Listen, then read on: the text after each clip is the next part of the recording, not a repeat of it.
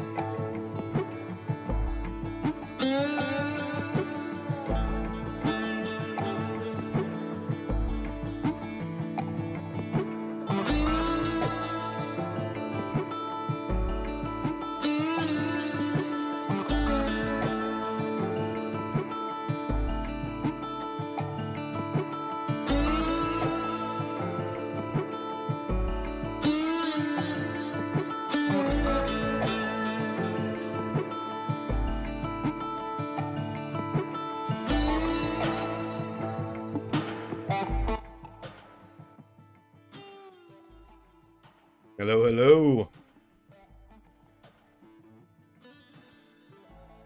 Happy Saturday freaking night. What a night.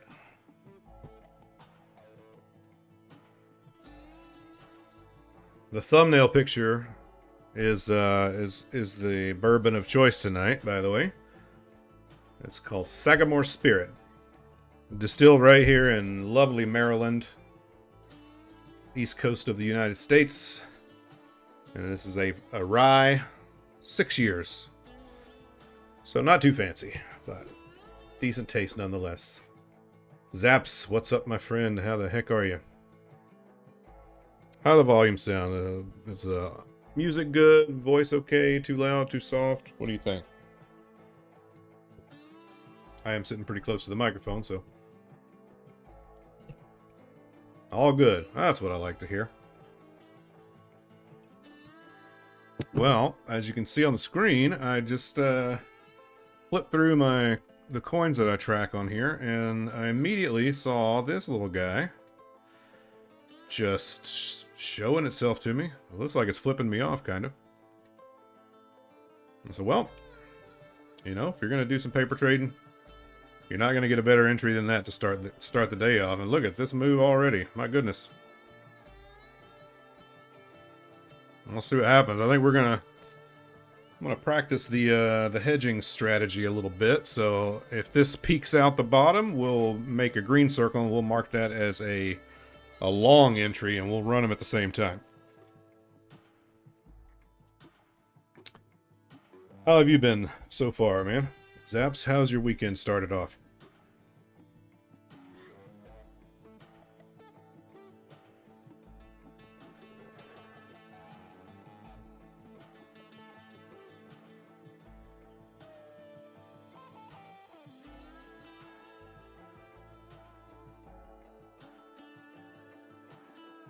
Been okay? Alright. You only just started trading 2 months ago. I hear you, man.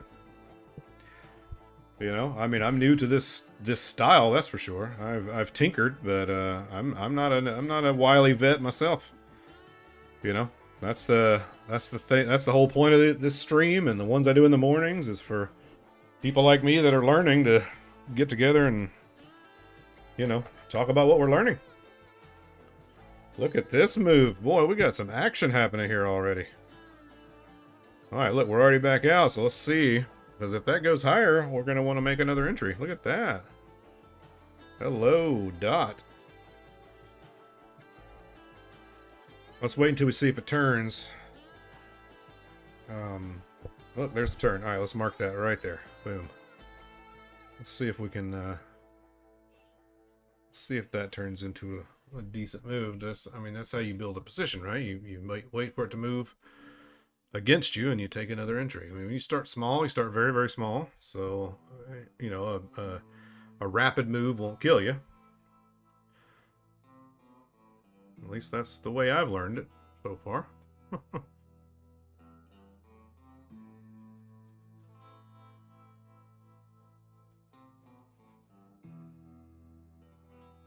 It's been working pretty well, actually. We'll see how we do tonight. We'll start. This is the first one we've run today, so we're gonna start 0 for 0. We'll fill that out. If we take more than one paper trade, we'll see how well we do. We'll track our success or failure. Actually, let's put it over here on the. Oh, I can't move it from chart to chart. That was, of course I can't. Here, we'll put it over here on because. Oh, you know what? Yeah, that's fine. All right, we'll just put it right here for now. Because this chart's going to move out of our direction in a hurry. All right, so we marked that, but it's moving against us again. So let's we'll leave the marking there. We'll just hold up and see how far she runs before we mark a third entry. Because this is a real short time to be making three in a row. So we want to wait and see if we can get some distance between this entry and this next one, you know. Because we probably, you know, depending on how much, you know, how much we have in our trading account and how much leverage we're using and all those things, those factors are going to determine, you know, how many times we can make an entry safely, you know, before we catch the turn and get paid.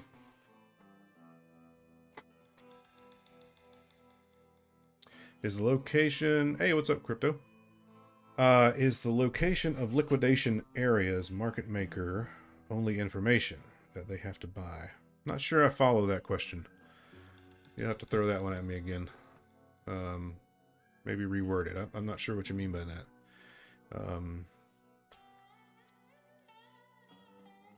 Oh, I think... Oh, I see what you're saying. I see what you're saying. You mean like how do they know where the liquidity is for them to grab? Is that what you're saying? I think that's what you're asking me. Yeah, well, that information is on the books of the brokers. You know, all the brokers know that. So, you know, some of the brokers are the market makers, you know. And I'm sure they, you know, they have, they communicate with one another. But yeah, I mean, that stuff is on the books of the broker. I don't think I'm gonna add, unless it moves again against us, we're not gonna add another position here. We're gonna not be stingy, we're gonna play this slow and easy, and just see what presents.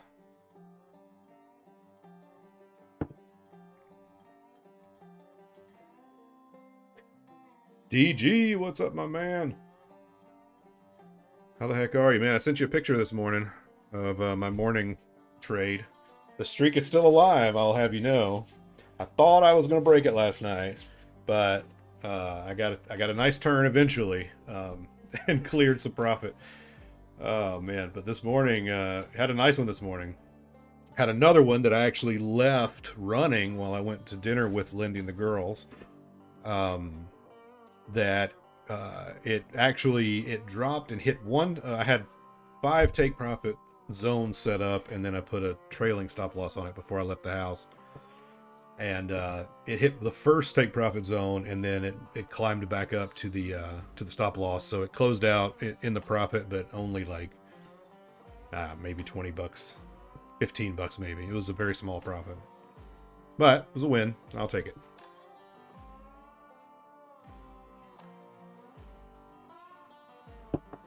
But I mean, I had been sitting there. I was like the last one I opened after I closed, the morning one that I sent you a screenshot of. Something is always better than nothing. It's not better than nothing. It's better than like a whole bunch of negative something. Hey, what's up, Gorilla? How you doing, my man? Glad you could make it, buddy. Oh, I wanted to send a message to Derek. I'll let him know, because he said something earlier that he may want to come.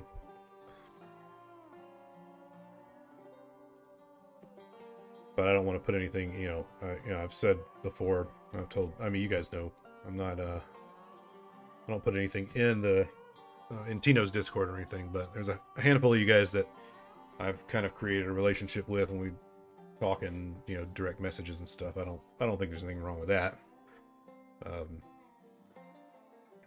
So anyway. Oh man, I'm sorry. Is it personal stuff or money stuff, or I mean, you know, only share what you're comfortable sharing, but yeah. What happened? Are you okay?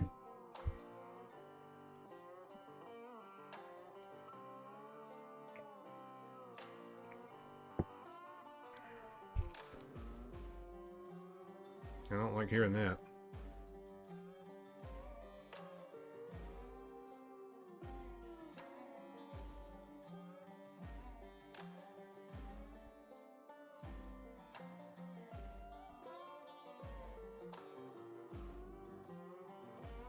Oh God.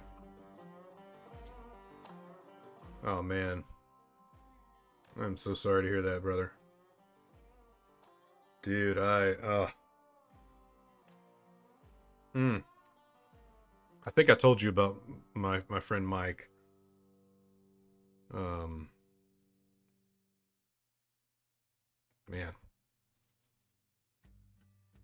The only thing crypto, the only thing that made me pick dot today was just because when I scrolled through this spike was out, and I was like, well, if we're gonna do one, we might as well do one right here.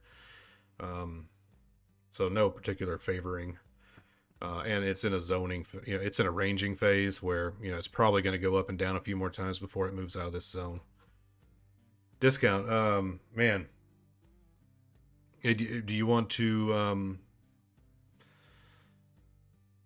Do you want to? Would you like to tell us anything about him, him or her, or something maybe positive, a solid memory, or just something good about their personality or character or anything like that?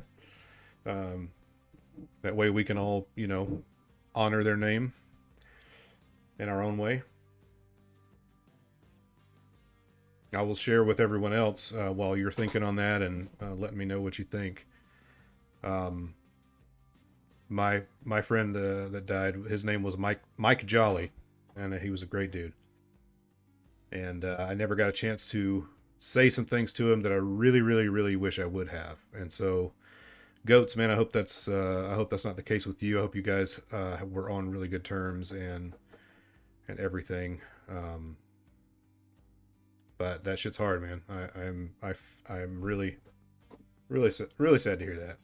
But if there's something you feel like sharing with us about who they were, what they stood for, what they were about, what their name was, if you're comfortable with that, then please do. And I will remember the name. Maybe somehow keep their memory alive. I don't know, even though I never met them.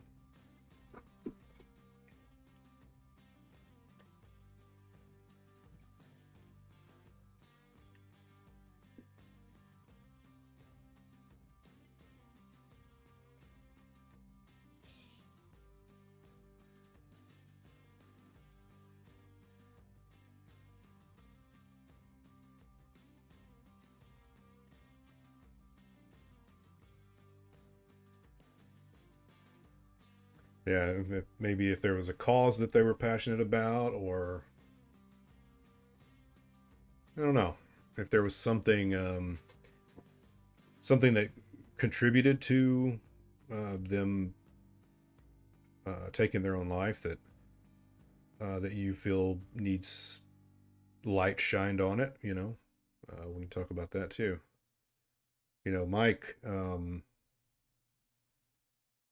Mike had some substance issues himself, and he had some.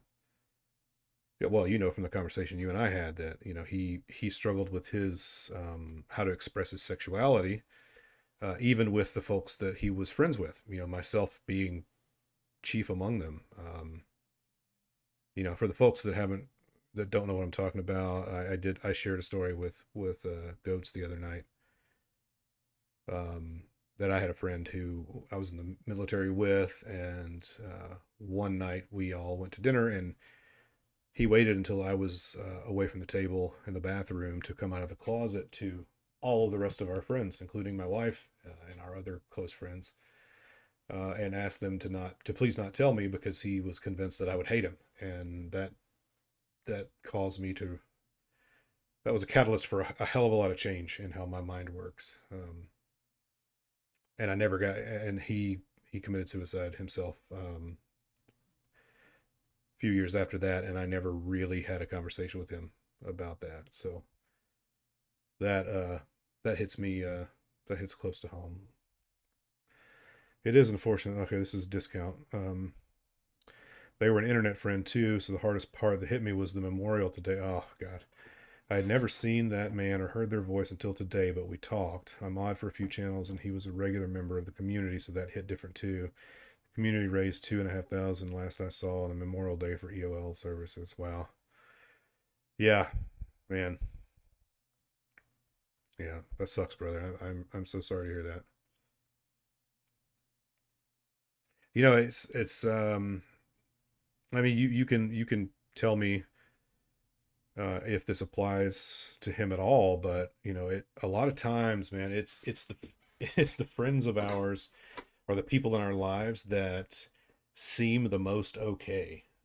that seem like um that you go to sleep at night and you don't even think about them, right? Maybe they just, maybe they're really jovial, or they make a lot of jokes, they're just super pleasant people, and um you check on those people in your life, man. If you got people, it doesn't matter if they seem sad to you or if they seem down. In fact, if they seem super up all the time, check extra hard, because a lot of times those people are suffering the worst and they just won't talk about it.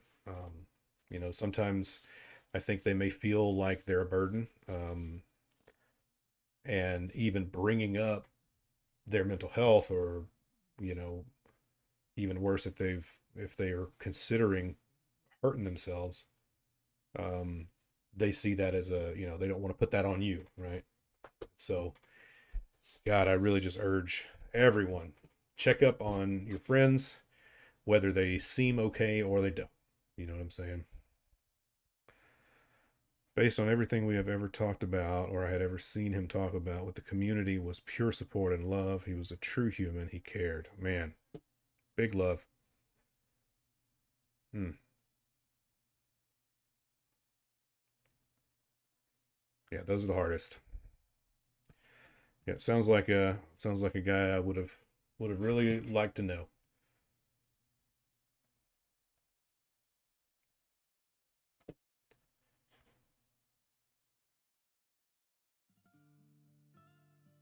But, hmm.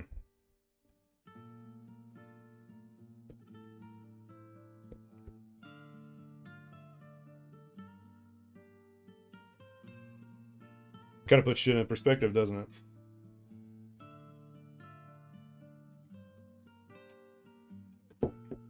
Yeah. Yeah, I know what you mean, man. Matter of fact, the guy we're going to talk to tonight, Josh, he lost his son, um, in March. Just barely over a month ago, March 9th. Um, and I just like, you never know what to do in that situation, So all I knew to do was help his ex-wife, John, his son's mother, try to help her with the end of life costs, the final expenses, because it's a really just a crying shame that that's even something you have to think about. It's madness to me that it costs anything to lay your loved one to rest, but my God. Ugh. Lilith, hi. Can you explain like I'm 12? Stop limit and stop order. Yeah, I think I can do that. Hang on, sorry, I just got a text. Yeah, so a stop limit would be if and when price reaches, like, say, like if I was on, if we were doing Forex and I had my account linked, I could click this button. All right, sorry guys, hang on a second, please.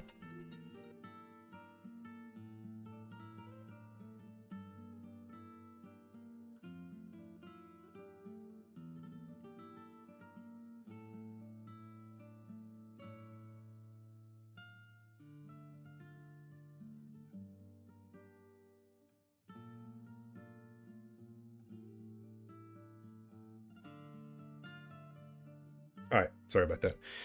Yeah, so stop order would be if and when price reaches this point. See if it'll bring up the interface. No, I didn't think so. So price is right here. If I wanted to sell at this level, I could set a stop order at 37,065 right here on this chart, and say when price hits this level, sell X amount, right? And it will do that for me.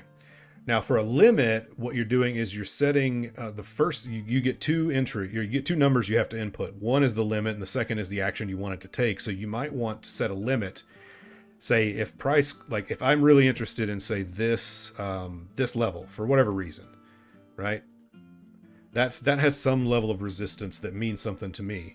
But I think if it passes that, then the next spot that anything's going to happen is going to be up here, right? So then what I might say is set a limit for here, And once that limit gets triggered, it then starts a stop order of to purchase or sell at a different spot on the chart. Does that make sense? And if you like, so for instance, what some people get messed up doing is when they want to make a market order, you may choose how do I word this? You may think you're setting a stop order when you're actually setting a limit order. And if you set a limit order that's below the level, it will just give you the market price immediately. And that's not what you wanted to do. You wanted to set a stop and then a limit instead. Like, so right now, you know, if I wanted to sell above this line, or if I wanted to sell when it drops to a certain level, if you did a limit instead of a stop, it would, instead of triggering that limit order once it hits this point, it would just give you the best available price because the price action line is above it already. If that makes sense. Whereas if I wanted to, like say I wanted to close a trade at or, you know, between two numbers, you would have to set a limit first at the earliest number, and then it would trigger a trade below it. But if you if you did that without the stop limit, it would sell. It could, well, potentially, depending on the numbers you put in the system, it may sell at the best available price right now. Does that make sense? Did I explain that okay?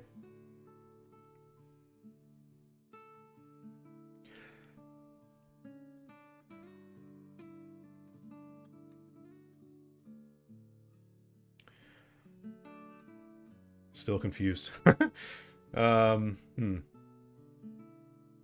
Well, you know what? Here, let's do this. Let's see if we can find a better explanation. Stop limit and limit. Here we go. What do we got here? Remember, the key difference between a limit order and a stop order is that the limit order will only be filled at the specified limit price or better.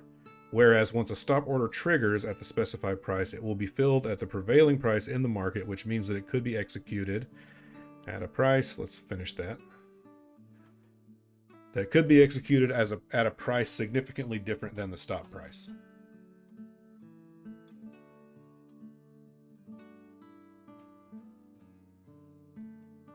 Did that help?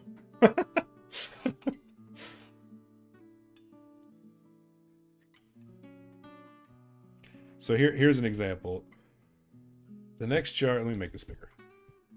The next chart shows a stock that gapped down from 29 to 25.20 between its previous close and its next opening. A stop order to sell at a stop price of $29, which would trigger at the market's open because the stock's price fell below the stop price, and as a market order would execute at 25.20. Could be significantly lower than intended and worse for the seller.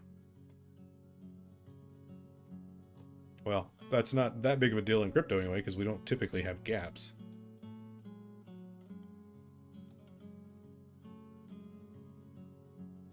Yeah, so here's another example with a gap. Here's the bottom line. Many factors can affect trade executions. In addition to using different order types, traders can specify other conditions that affect an order's time in effect, volume, or price constraints. Before placing your trade, become familiar with the various ways you can control your order. That way, you'll be much more likely to receive the outcome you are seeking. Well, you tell me, should I click the thumbs up? Was that helpful?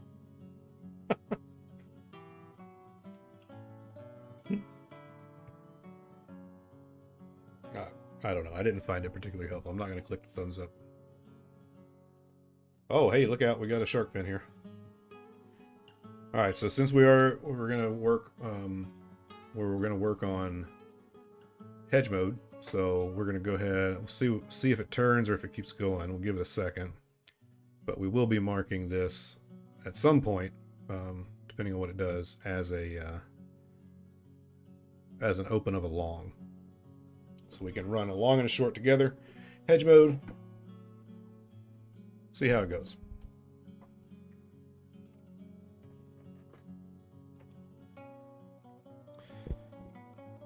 Yes, that is how I understand it, Lilith.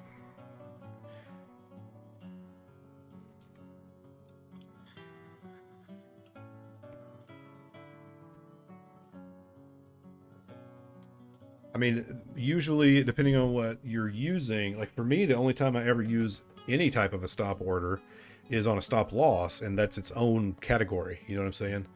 Like the stop loss and a trailing stop loss is built-in functionality of the platform that I trade on, both crypto and Forex.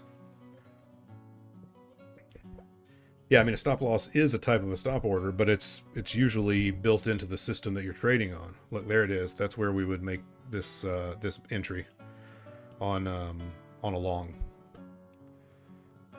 So yes, a stop loss is a type of a stop, but it's not the only type of a stop order.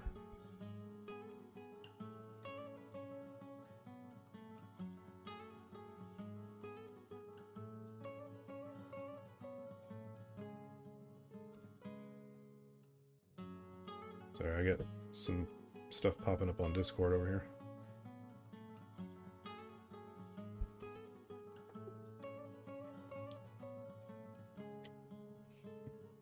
I guess I should mark that on the chart, huh? Alright, so far on our paper trade here, we've got two short entries, excuse me. One long entry. We could have gotten this one better. If we'd been a little more patient, we would have caught this one up here. But this dip back in caused me to go ahead and mark it. So we're going to stick with what we marked so we're not kidding ourselves, making the trade look better than it truly is.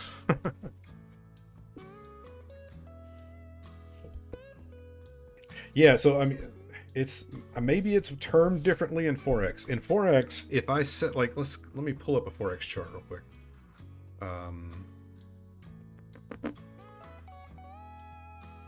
Load Octo Forex. So we'll just take, it doesn't matter, we'll pick dollar yen. Like so I mean the markets are closed, so this is not going to move anywhere, right? But if I had my broker connected, actually I'll go ahead and connect it, because you at least can see what it looks like when you trade through this platform. You won't see any of my personal info.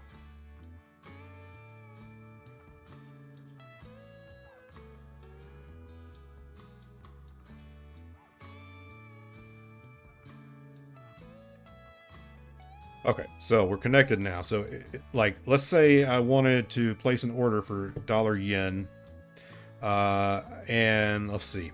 So maybe I think price is going to retrace to the 50, and I see this pin to the high, and then it retraces when market closed. But I think they're going to go back to the high before they drop it down. So I want to say, if price hits, we'll just say the height of that last candle minus just a little bit. Right, 109.374. I'll hit this and say create a new order, and then I would go on this one. I would just make a limit order, and it would be a sell, right? Because I would open a short there, and I would say how many units I wanted to put on it. If I wanted to set a stop loss and a take profit, I could put that in there, and then I would just click the button, and it would make that happen automatically for me. The stop is like, so let's see. I guess I only ever use limits when I want to buy at a price that hasn't reached yet, and then I really only use stops when I'm doing a stop loss. But if you're already in a position, then when I say I was in a position right now, and I want to, I'm gonna leave the house or whatever, so I want to create an order to buy.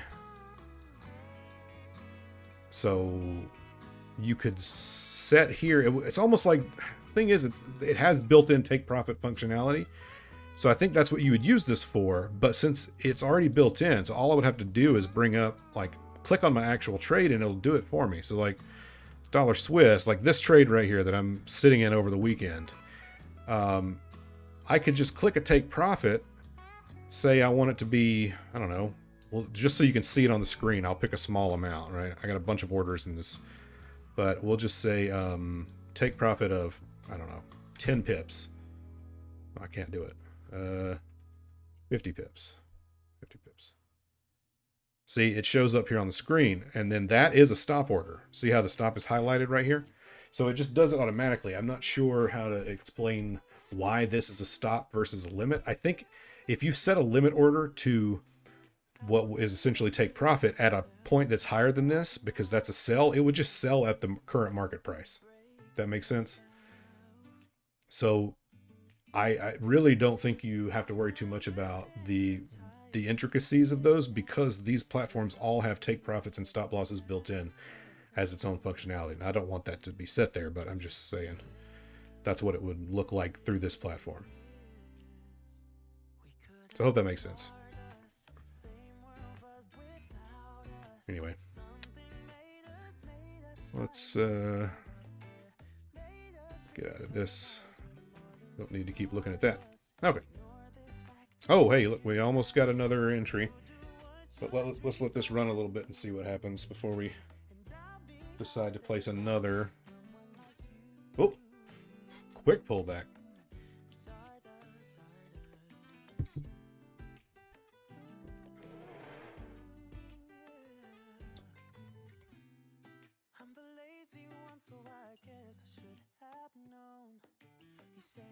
Lilith did that little bit there on the in the trader platform.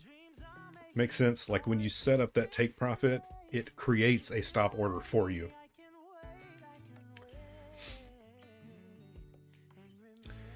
Am I holding any small caps right now? Yes.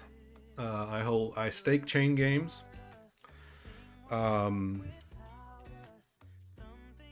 And I have a little bit of one called COVAL, which stands for Circuits of Value. And what other, do I have any other small caps? I don't think Link would be considered small cap. Yeah, so I guess right now, I mean, I've got like, I don't know, I have like 9 billion Grumpy Cat, which was about as close to a rug pull as you can get without being an actual rug pull. So it's worth almost nothing, but it's still sitting there in case they ever get their shit together. But that is actually a good segue, because I wanted to mention, and I'm not trying to shill or anything like that, and I'm not recommending this coin to anyone, but that being said, let me go real quick to Reddit. This coin, so the backstory to this real quick, let me turn the music down just a hair on my end.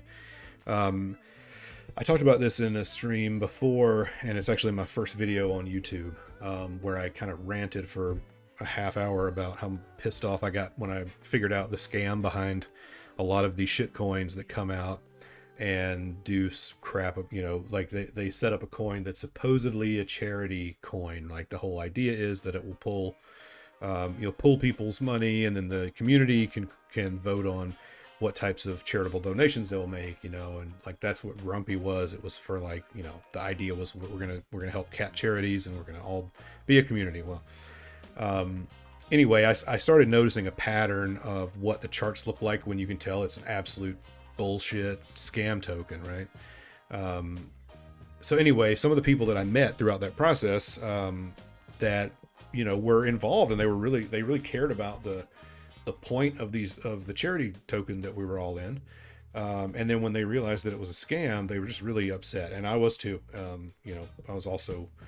I wasn't upset because I lost money. In fact, on one of them I made a fair amount of money, and then it like clicked in my head like, holy shit, what I just did was take part in a scam that took money out of the pockets of people who actually give a shit about whatever the charity was. One of them was about cats, one of them was about saving the rainforest, one of them was about gorillas, one of them, there was all different types, and I thought, man, this would be a kind of a cool idea, a way for people to get together, put a 1% tax on the exchange. Maybe people start, maybe it takes off, maybe it doesn't. Either way, they're doing something good, because they're gonna make these donations. And anyway, long story short, some of the people who got burned in some of those set out to find an honest developer who was willing to make a coin that was extremely visible and transparent. And so that's what this is. That's what RuCoin is. It's brand new. They haven't even announced the pre-sale yet. I'm not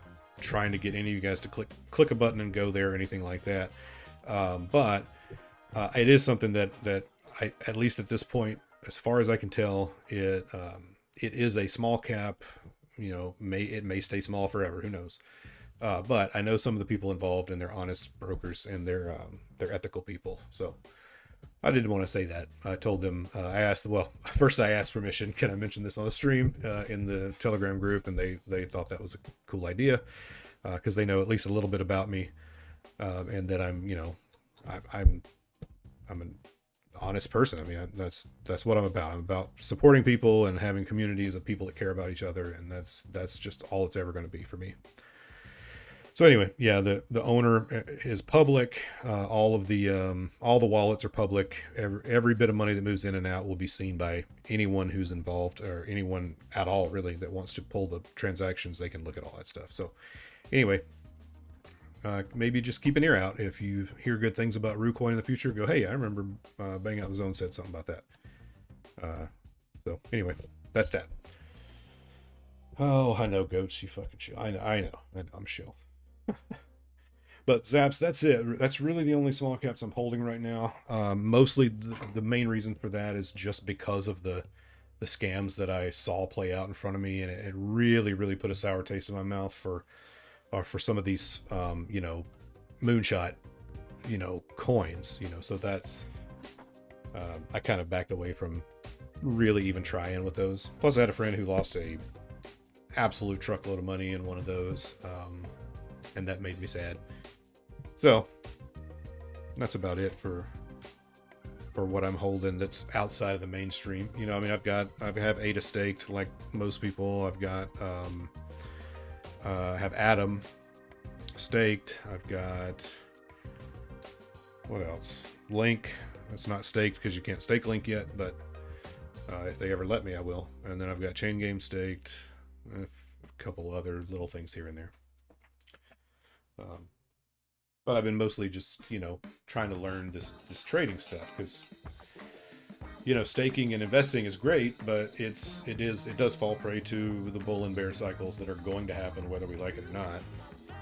And this type of trading is something that potentially could be done successfully throughout all markets. I mean, even in a bear market, you can day trade, So, and then of course doing it on Forex, Forex doesn't have the same types of, hang on, let me fix my hair.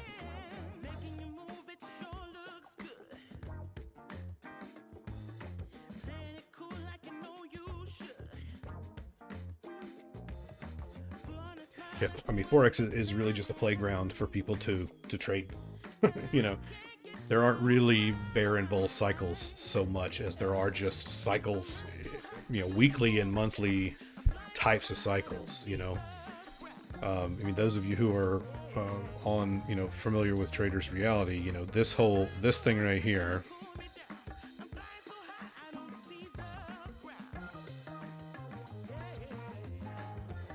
I mean, that's how the Forex market works. Some variation of this pretty much plays out forever in every pair, Now, there will be a lot of times where this half doesn't happen. It goes up, and it does this first half twice in a row. But it's not, it's not like a stock or something like that where, you have... you essentially have like this pattern that plays out. You have like a long accumulation phase, and then you get like one bump of excitement, and then you get like a really big bump of excitement, and then you get euphoria, and then you get like the death rattle, and then you drop, and you get the fear and loathing in Las Vegas, and then you get another accumulation phase. It's not like that. Like that is actually I mean, obviously you would want this part to be higher if you really believe in the whatever commodity you're trading, right? So you want this part to be higher, but this is a standard, a standard market cycle for a stock or even a coin. So you guys have probably seen, I've shown the picture on here before. I'll show it again real quick. What did I do with it?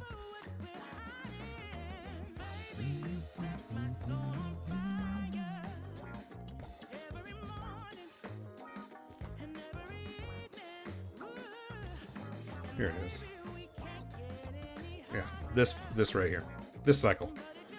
Like you can find this in in pretty much every tradable commodity right there. And it's exactly how it works. You know, apologies to those who've heard me talk about this before. We're going to do it again because it bears repeating. I'll probably do it 100 more times. But this is how it works out in just about anything. And the problem is with this whole psychological cycle is that most of the time, the first time a newcomer hears about a coin, or if, you know, in crypto if it's a coin, or in stocks if it's a stock, they hear about it around the thrill and euphoria phases, right? Because that's when it shows up in their, you know, sphere of concern. You know, that's where it shows up in their media sphere. Because that type of person is probably not going on Crypto Moonshots Reddit every day. They're not on whatever, you know, they're not following this stuff, right? It shows up in, you know, it encroaches on their space and says, hey, oh my God, Elon tweeted and Doge, right? You got to buy this coin. Well, they hear about it here or here. Maybe they see a little bit of a gain, but they're not selling, you know, because at this point, this is the, you know, the win Lambo phase, right? You know, or they join a Telegram group because they heard about this next big thing, you know, be in the first stage of the next Bitcoin bullshit, whatever. And then all they see pretty much from that point when they bought in the first time is drop, right? Drop, drop, drop, drop. And they get into anxiety, denial, panic, capitulation, anger, and then it flattens out and they're like, well, this was a waste. What, you know, I'm never doing this crap again. And then they get out, right? Not realizing that this is the phase where they should be putting more money into it, right? If it's a real, I'm not telling you to put money into a shitcoin, mind you, but if it's a real commodity that has a real future and a real backbone to it, this is going to happen. And when it happens, you should be happy about it because that's when you can get back in and when you can like build your position better for investment, right?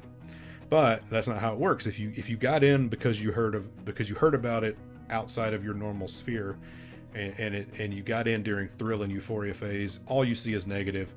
You forget about you dump, maybe you sell down here, so you see this little bump right here and you're like, well, at least I'll get something for my investment. You take that out, you take a 70% loss and you get pissed off. And then, you know, X amount of time, maybe it's weeks, months, maybe it's 2 years go by, and next thing you know, you hear about some coin or something or Ripple or Bitcoin or whatever. And it's like, man, this shit's come back alive again. Maybe I'll take another shot at it. I'll get it right this time. Oh man, somebody told me that they had a tip, and it was like, oh, I got this new information, right? You don't have new information. You know, I'm sorry, you probably don't have new information. If it's listed on an exchange, you're late. If you're trying to catch that, you know, crazy, you know, jump at the very beginning of a coin, but. Anyway, they get back in here again at thrill, again at euphoria. All they see is loss, and at that point, yeah, I mean, they're done. Why would they get back in, even consider it the next time? That's when they get angry, and then, you know, they just poo-poo everybody else who's actually doing well in this market, and they, you know, those are the people who are like, crypto is a scam, it's built on nothing, blah, blah, blah. You're all going to go broke. They're saying that because they already went broke, and they want more people to be miserable with them. b0tz, I'm sorry. I'm not trying to attack you, man. You know, I was that guy. I have been that guy many times too. I know. I mean, the reason it clicked with my head is because I've been there. I've been that guy who's like, shit, every time I get in something, it dumps. Well, the reason is because the only time I ever got into anything was when it was already hot. You know. You are. I mean, yes, b0tz, you are providing a service.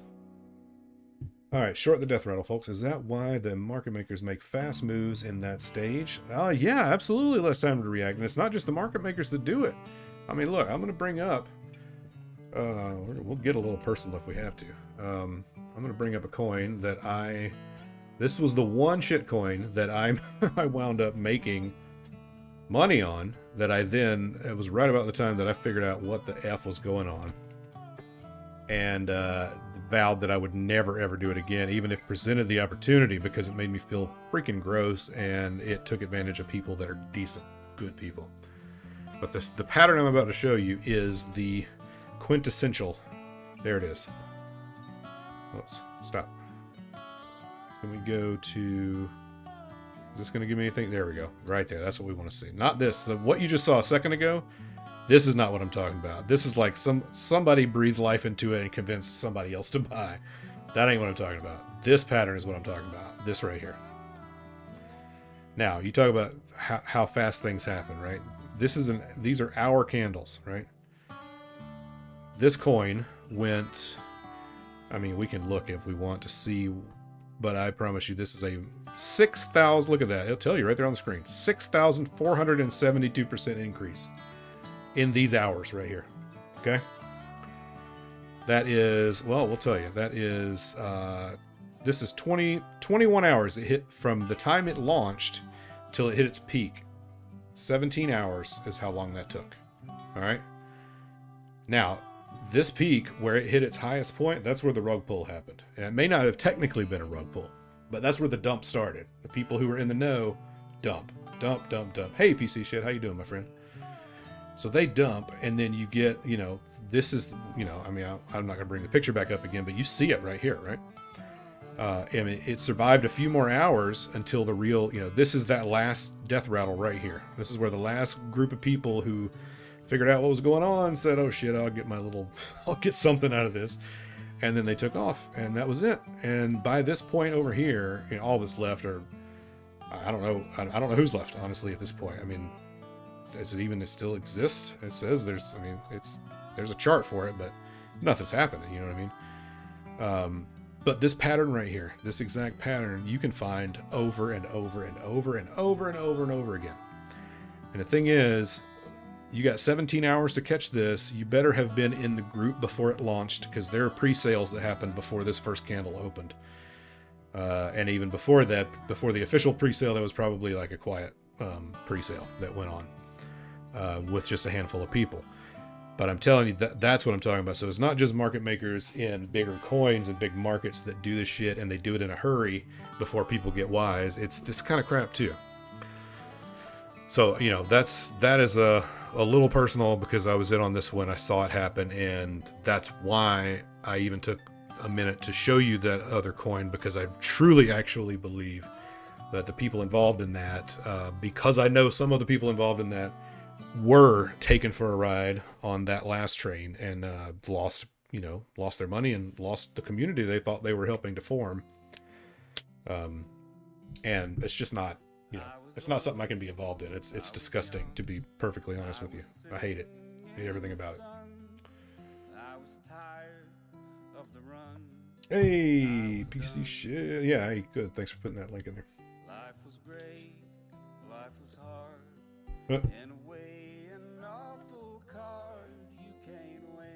Second pump is the suckers rally, according to your cheat sheet. Yeah, I mean, it kind of is, unfortunately. I hate to think of it that way, but I mean, that's it, right? All right, well, we were distracted and talking while this crept up out of the volatility band, but look how much lower it is. Like, I'm not trying to, I mean, look, paper trade, not financial advice, right? But we're going to paper trade like we're serious and we're really doing it, right? I'm not going to add down here. It's not going to do it. I would like to move my net entry up, because right now it's halfway between these 2 points, right? So it's the net entry on the short is here, right? Dead center of that, whatever that happens to be, right? And the entry, the first, we're only 1 entry deep on the long, so it's right here in the middle of this. All right, we'll make this green. So I want to move, if I can, you know, the ideal situation is I get to move this slowly down, right? And I get to move this slowly up. So every move in between is a profit, but, you know, that's a perfect world, and it's probably not going to happen. But that is the idea with this, right? So even though we crept out of the volatility band, it's too low. I don't want to bring my net entry down that far.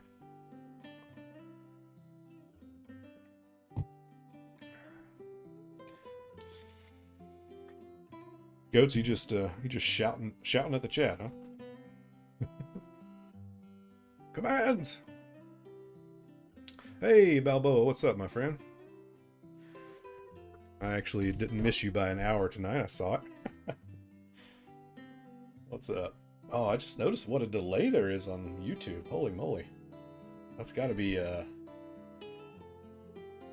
couple minute delay. right? At least a minute.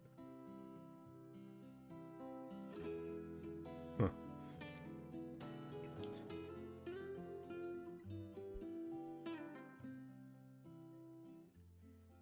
BC, how's it going, man? How's your weekend so far, my friend? Anything new, exciting on the horizon for you?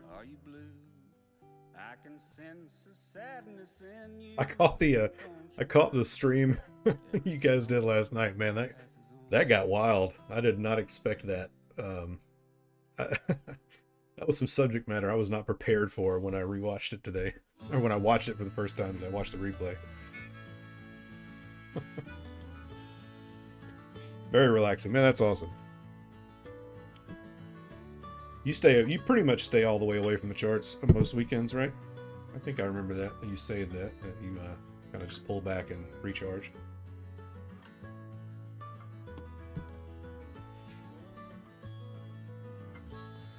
Yeah, Goat, you probably do.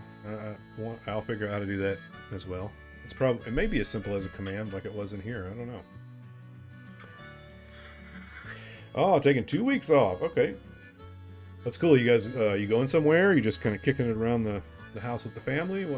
What's your plans for vacation or holiday, as you guys call it? And 2 weeks off, you mean from work and from trading, I'm guessing, right? Both jobs. Although I gotta say, I'm a little skeptical that you're actually gonna not place a trade for 2 weeks. Don't know if I believe that one, Sergio. Hey, what's up, Super Haze? How you doing, my friend? Yeah, devil horn. I like those devil horns, and that you put those up at the right time, because this is not hard enough rock for me. I got to get a little bit of, got a little something better going on here, something a little more exciting.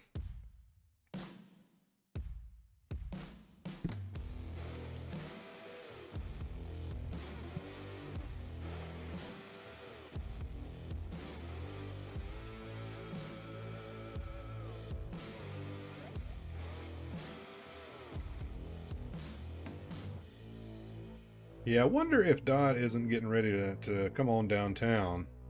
I mean, we're in at least a good third level, and we had almost a tap here, but I mean, up here, that M is just looking tasty, is it not?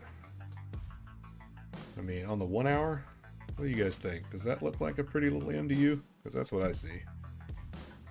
Can get rid of that. So, I mean, I'm not gonna lie, I am favoring shorts here, but I'm not sure I favor it enough at this moment to bring my entry down this far. That's why I didn't mark this as somewhere I would want to add. And what I would like is for us to push down a good ways below so I can get a nice second entry and move my long price, or my long net position down if I can. Oh, you did your last short trade last night before 12 a.m. You restart your new strategy on 15th of May. 8 weeks of training for this moment. Oh my gosh. Well, let me just tell you this, my friend. Here's what I think. I think that after you take your break and you come back and you probably make, you know, $278.6 million with your new strategy. If I'm lucky, you'll talk about it and you'll make a video about it. And then I will do my best to learn from you and adapt it to something I can understand, and I'll do well with it too. Because I told you in the chat, Sergio, I have not lost a trade doing like this my small alteration.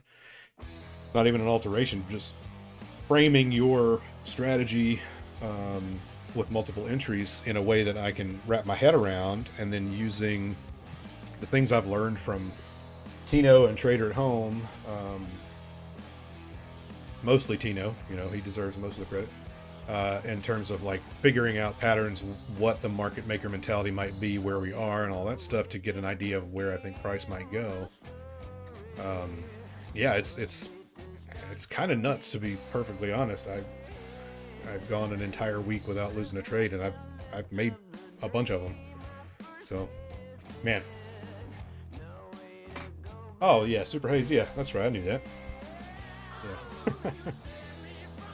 Yeah. Yeah, man. Thank you for saying that, and thank you for you know, just giving the help that you give to people. It's pretty wild stuff. I mean, I don't want to mislead anybody to think that it's a silver bullet, that all they have to do is, you know, go to your YouTube or Tino's YouTube and watch a couple videos. No, it is not. It is not something that you just watch a video and then all of a sudden you know what buttons to click to win trades. You need to work on it. You need to treat it like, you know, like you're in a grad, you know, a grad program or in college or whatever, and you know, study the stuff, put some work in it, you know. But man, as far as I can tell, it's freaking worth it. You put the work in.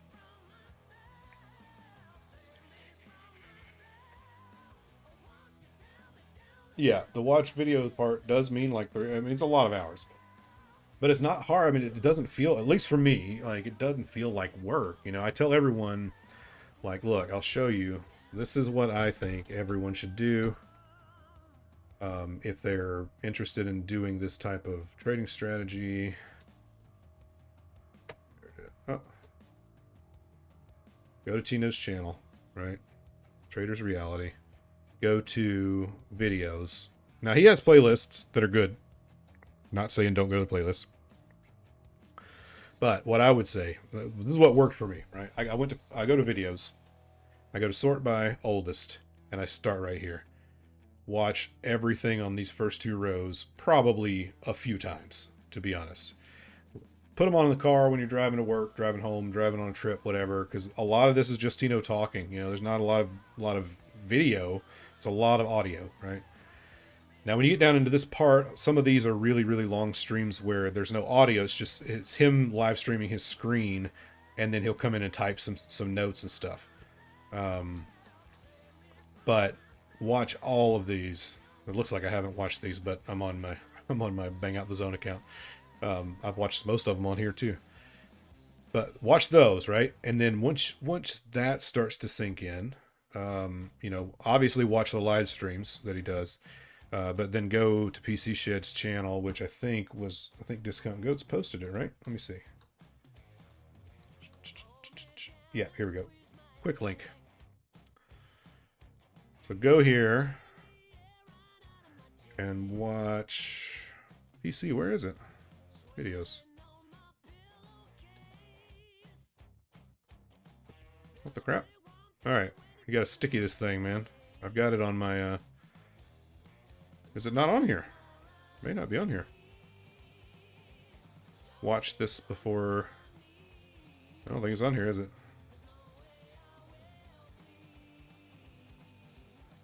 Oh, I'm on Twitch. I'm so sorry. Yeah, you're right. Here, I'll just pull it up out of the channel.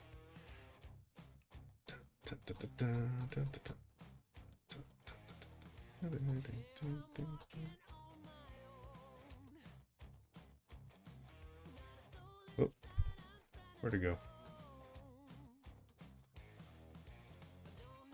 All right, you know, we'll just search for it.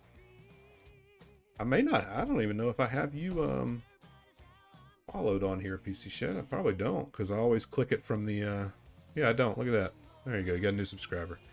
I always click to the link from the yeah, so hedging, don't do this first though. I would say watch the this right here. I'm going to post this exact video in the chat. So after, I think doing those early Tino YouTube videos first is the best way to do it, and then immediately watch that one right there. This video is life-changing. If you're a trader, or you want to be a trader, a day trader, and you yeah, and you don't know a lot about leverage, hell, even if you do know a lot about leverage, watch it anyway. Yeah. And then, once you got done with that one, you need to watch this hedge mode right here. This one. Hedge trading in Binance. Doesn't have, I mean, you can do this stuff without Binance, but It works in other platforms, but this right here, watch that. Watch those. And then rewatch everything that you just watched, like probably 10 more times. And then go and then sit on the charts and do paper trades over and over and over. And I mean, that's it, you know, and that costs you nothing, you know. I mean, I think everyone should subscribe and become a member and, you know, join Tino's Patreon, all that stuff. But the amount of information that these two dudes, and there's more people that put information out there for sure, right, that also deserve credit. But just to single out Sergio and Tino, those guys, the amount of information that's valuable that they put out for absolutely nothing, no cost to anyone, is just nuts. Completely nuts.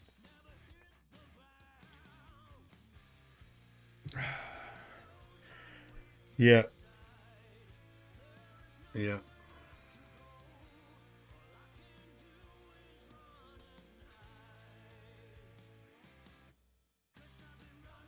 Yeah, I see that. Yeah, we're kind of narrowing on the 1 hour here. I mean, it's just starting, but you know, you can see this shape starting to take place. You know, you can see it here on the 15-minute. This narrowing often leads to a big move in one direction or the other.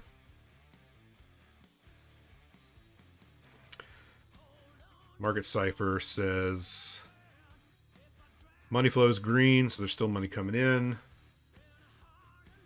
Don't have a lot to see. I mean, we have the divergences up here on this line are bearish. This cloud is bearish. You've got a dot printed here. I mean, all of these indicators say lower, which, you know, that's fine. But what I just want to see, I want to get a decent move. You know, I'd like to see something.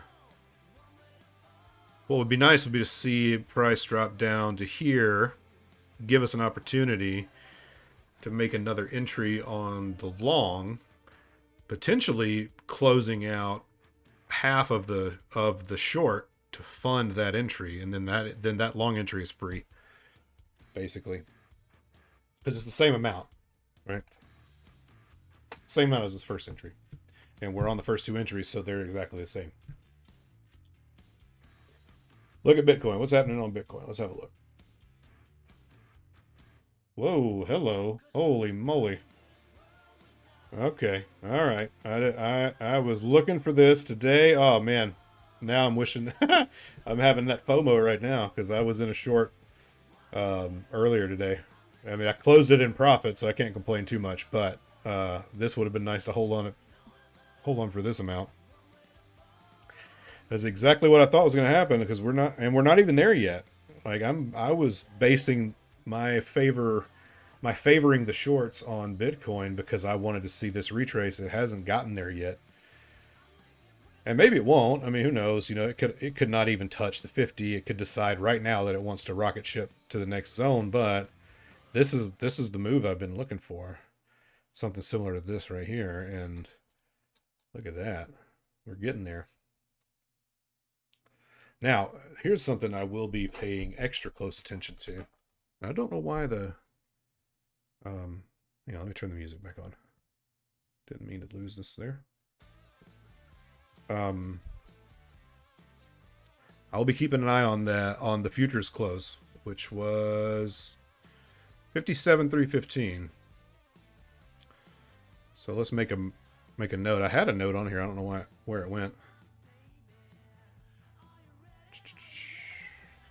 57,315. Text. Futures gap. Make a note there. So we're almost there. But for like 3 weeks now. I think 3 weeks now, every Sunday I have traded towards wherever this futures gap line is in the afternoon for me. So the futures market will open back up for me on Sunday night or Sunday evening around I think it's 6 p.m. now with after the time change is when the futures market opens. And I have basically just gotten up on Sunday afternoon or Sunday, well, get up in the Sunday morning, and then Sunday afternoon, I've just checked to see where the price action is on Bitcoin, and wherever it is, if it's not near this, I try to take a trade in that direction, and it's worked for the last 3 weeks. Price has moved. It hasn't closed the gap completely, but it has moved in that direction, and I've had a profitable trade. One trade Sunday afternoon, only in the direction of wherever this futures gap line is. So I'll be interested tomorrow to check that again and see if it continues to play out, because it could just be a coincidence, could be luck, I guess. But I mean, if it ain't broke, don't fix it. This is good to see. This is what I was hoping to see. All right, let's check DOT again, see if anything's happened. Got us a W here. Look at that. Nice W below 2 moving averages that just crossed. So this flag right here might make a break to the high based off of this move right here. How would that jive with what we think? Get rid of that. I mean, it would be okay, I guess, if it broke to the high. Now, I I drew this M thinking, okay, it looks like on the 1 hour that this M may be setting up for a push down through the 50 EMA, do a little bit here, and then bounce back up. But it would also, I mean, it's consolidated enough probably at this point. I mean, these massive pins to the low would support this kind of a theory, right? Let's make this big. Right? Like, if you wanted to put this theory to the side for a second and say, okay, what if this has finished consolidating like we did here, and we're getting ready to head out? So what did it do over here? Well, you got all these tons of pins to the bottom. You had, like, this looks manipulation to me. It looks like price was headed lower, and then market maker stepped in, snapped price back up. They wanted to keep it in the zone, so here's another high volume. Price was meandering its way up. They pushed it a little, snapped it back down, manipulated again. You know what I'm saying? So if we think about it, if we try to frame this zone like that zone, we've had a similar amount of time from the time that this crossed. Kind of similar, actually. And then this, this looks manipulating. This looks like they meant to pin the low and bring price back up, let it move. This is another sort of stopping volume type candle with all this volume, and it didn't really go anywhere. Didn't want it to cross. Look, it pins right into the 800. Yeah, I don't know. I mean, Raj, and that we don't just bounce straight up out of here on DOT. I could see that. Now, what do we have to try to recover over here? I don't know. Let's see. I mean, we got this ginormous red candle that has not been touched, so let's draw a little square here. And then look at this big mamma jamma. Holy mackerel. I mean, yeah, does this really feels like a couple of areas that, oh, here's a third one that hasn't been touched. So all of this right here really feels suspicious. Like this, I would want to come back and get this, right? If I had invested my money in moving price down a few levels, I would want to come back for these to recover these. So that's 3 zones. Now look, this one, it looks like we've already hit. Yeah, we've already hit this. So for the most, well, we've dipped into it. So I'm gonna get rid of that. But these two for sure have not been touched. So that is certainly something to think about. Yeah, so I wouldn't be surprised if, I mean, that would fit the model if we just turn around and head up out the zone. Yeah. All right, let's get that back out of here. Where are we at? All right, so we still got the W, still just chilling out. What else should we look at? I should be getting a call from Josh really any minute now. He said between 9 and 10, so when that happens, we'll we'll leave the charts up, but I'll be talking to him about some other stuff that's not chart related or anything like that. So as a matter of fact, let me take a break real quick, refresh my little tiny mason jar with a little bit more Sagamore Spirit Rye whiskey, and then we'll come back and continue and hopefully get a call. Yeah. Can I explain the hedge again? Well, the hedge idea is that you build two positions at the same time, you know, a short and a long, and at some point in it, you use the profits from one to fund entries on the other, right? That's as simple as I can like put it in a sentence.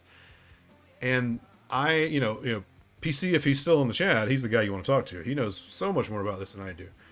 But the way that I've put it into practice in just a simple way for me to understand is that when I have two positions on a chart, I look at this TDI and I look for shark fins, right? But I prefer, if possible, to move my net entry on my short higher when I can, and move my net entry on my long lower when I can, because it gives me a better position in general. So like, look, even though we spiked outside of the TDI volatility band here, this high was considerably lower than my first two entries on my short. So I didn't want to take it, you know? And I'm not in a hurry, right? I don't mind letting this play out for hours, to be honest, right? I don't. Because eventually, I mean, if we know anything, I mean, the price is going to move beyond these two ranges, right? So I'm just going to be patient, and these are small entries, you know. So I'll wait for it to come lower, and I'll put the same amount that's in right now in when it moves lower, and I'll move this entry halfway between this point and the next entry. Boom. And we'll continue to build that. And if we get to the point where we're extended really far in one direction, that makes these two entries profitable, like considerably profitable. So what I may do is close half of it and fund another entry on the long. And then when it turns and it goes back up, I may close one of my long positions and fund a new short entry. Does that make sense? It's just really a way to say, okay, I'm going to use my own capital to get this trade started.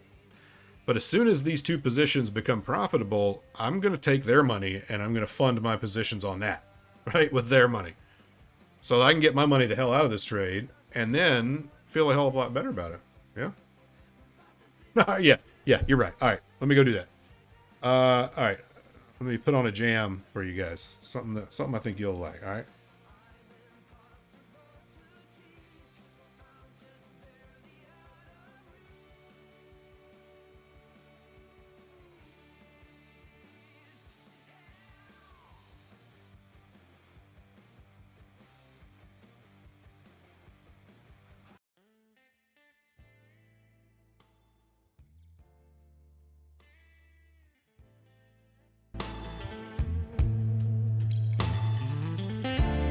I know I've played this before. I just don't care. It's so good. All right, I'll be right back.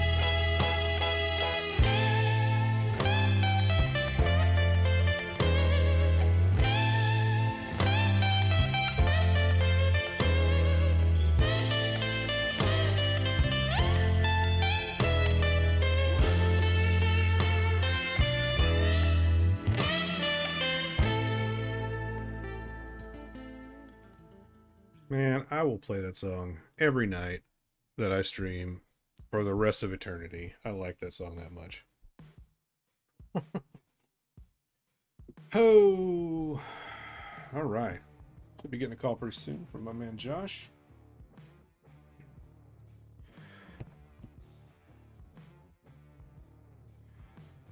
Market Cipher update looks nice for scalps. Is that the real version? Because this is the janky, this is the Fu Manchu free version right here. I have not paid for the version. I mean, I assume it's okay that I use it. It's been here on this on the indicators forever, so.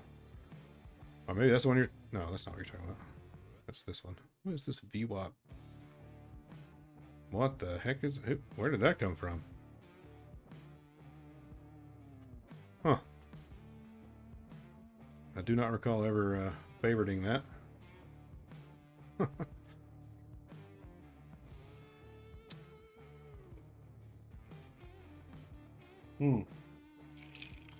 Isn't it? I think it's like $1,600, right? One time, if you want to have it forever, versus paying like a membership. See if this comes up out of this a little bit higher. I mean, we're peaking the volatility band right here. But I'm still skeptical. And like I said, I'm not in a hurry. If this takes, I don't know. I don't care. I'll sit here. I will sit on a I'll sit on a scalp for hours if it's moving in the right ways, and so be it.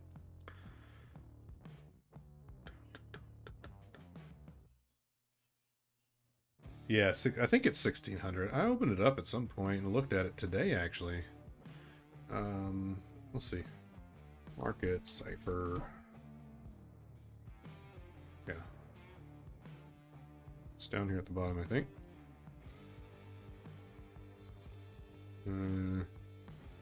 Buy.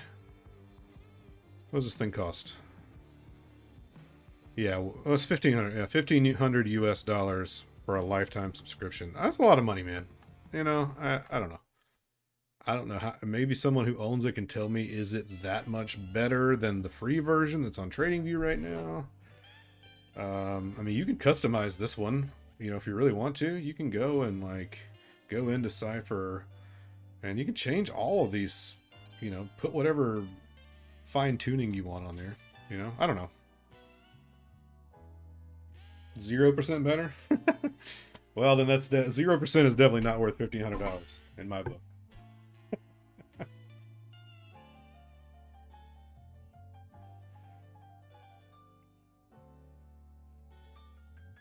Oh, PC Shed's gone. Man, where'd he go? Bummer. I was hoping to get some candid thoughts from him about the crazy stream they had last night. That thing got wild.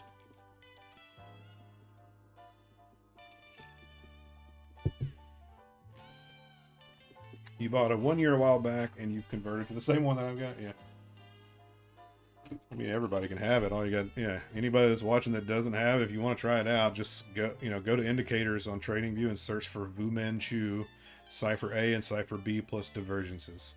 Cipher A is just these little markings that it puts on the chart, and this spider web looking shit of moving averages.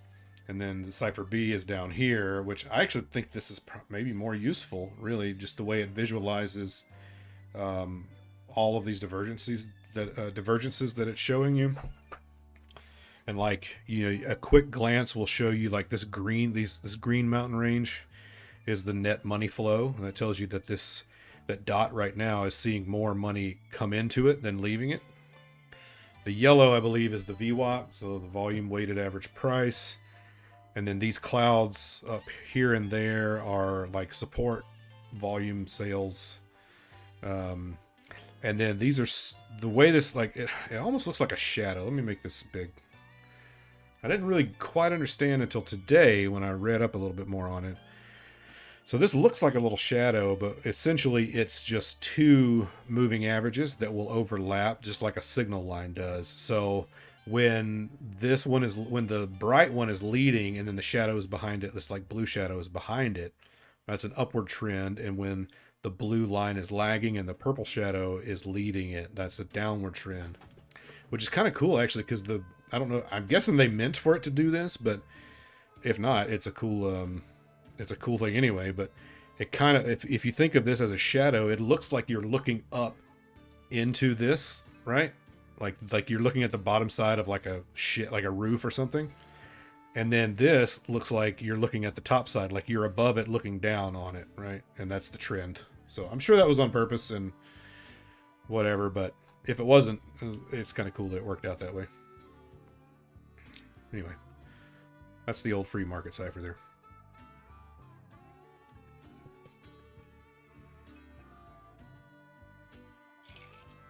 Oh, Mike's streaming right now. Maybe that's why PC Shed took off. Yeah.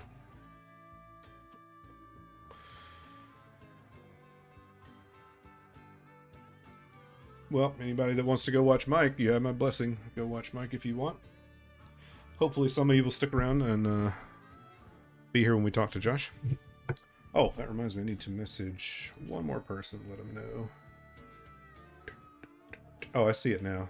Oh, he's doing gaming. Yeah, okay. That's cool.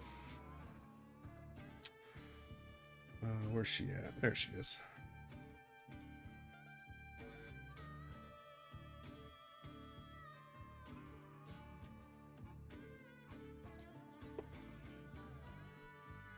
Okay.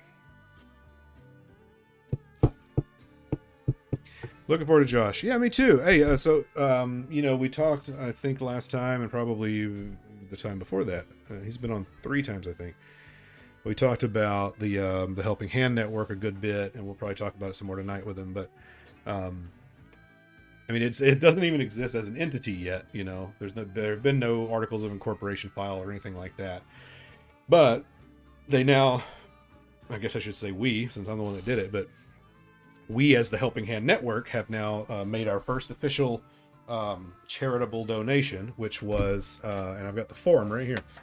This is the donation form to Martin Work Camp, the prison in Florida where Josh is, sending the inmates there some sports equipment. So new basketball, football, soccer ball, stuff like that.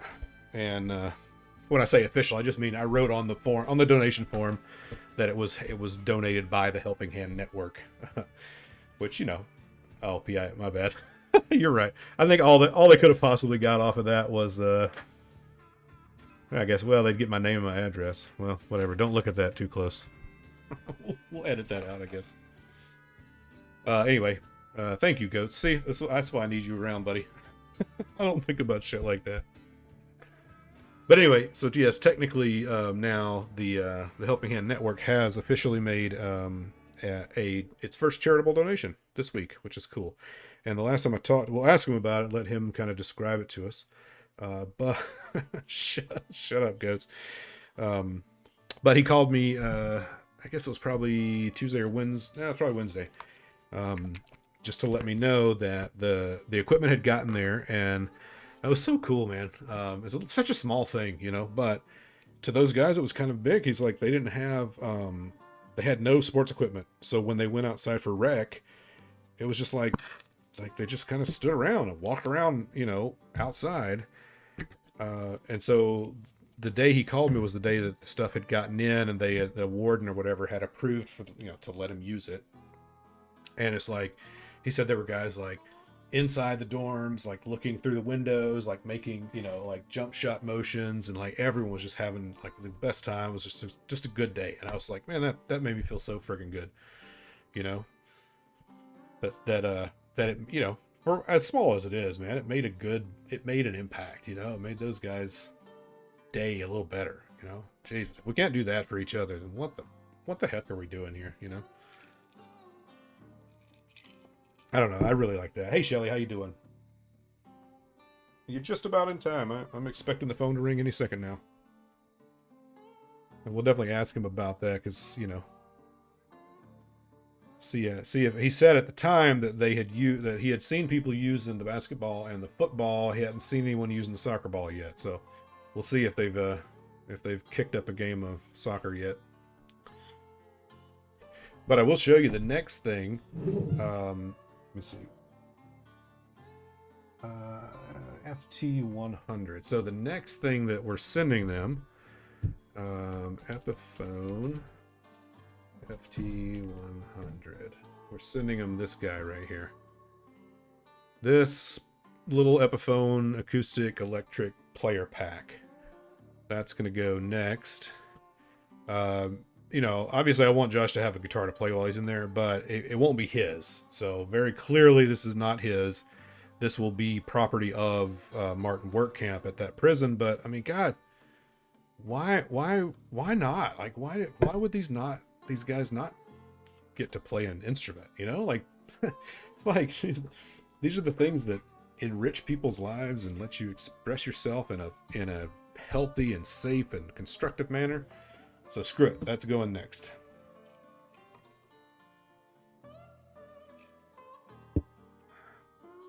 Also, crazy little note, and I will... Oh, speak of the devil, here we go. I'm going to take off my headphones. They call from an inmate at a Florida Department of Corrections institution. To accept this call, press 0. To refuse this call, your current balance is $40.44. This call is from a correction facility and is subject to monitoring and recording. Thank you for using Global Tel Link. Greetings, Mr. and Miss America. What's up? Hey. How you doing? You're live and on the air. Broadcast to the whole damn world.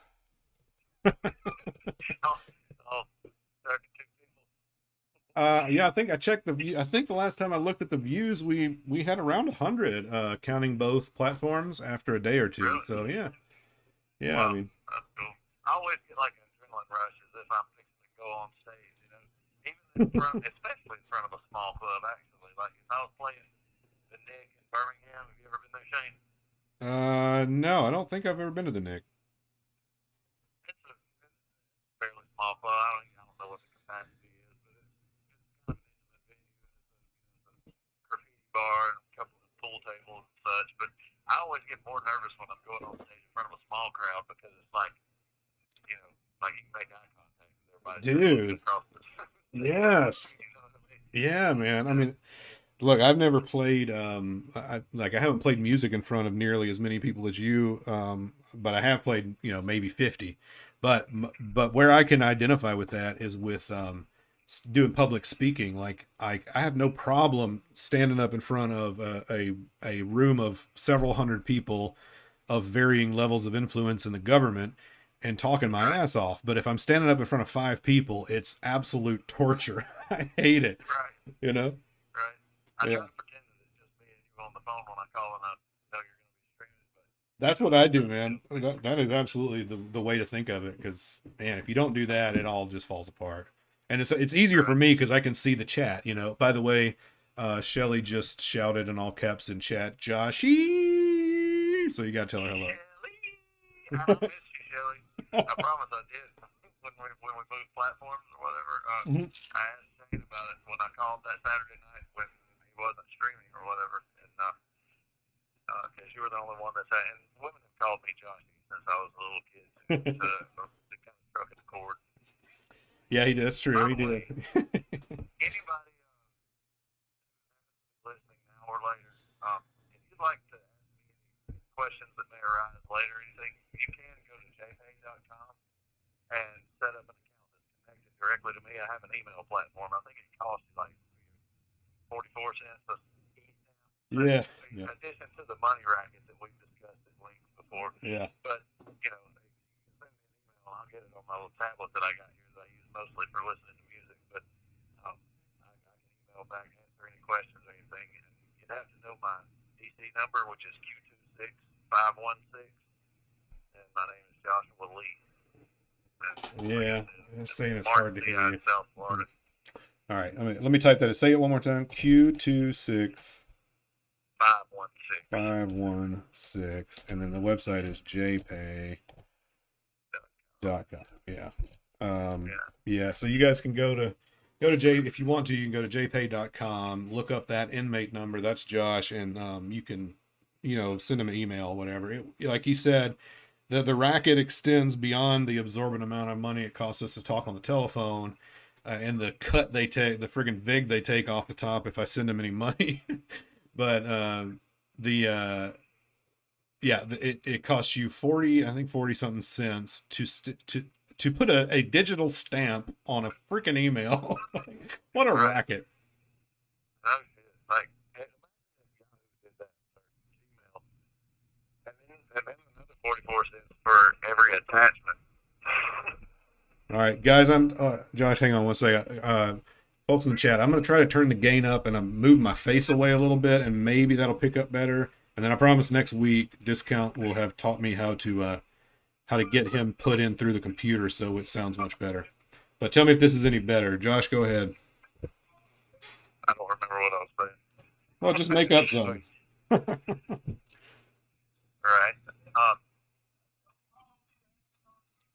You want to go ahead and give them the physical address too? Yeah, I'll type that. Yeah, go ahead. Because that only cost the original 55 cents of writing a letter, printing, or whatever. It's Joshua Lee, Q26516, and the physical address is 1150 SW Alapata Road, ALLAPATTA,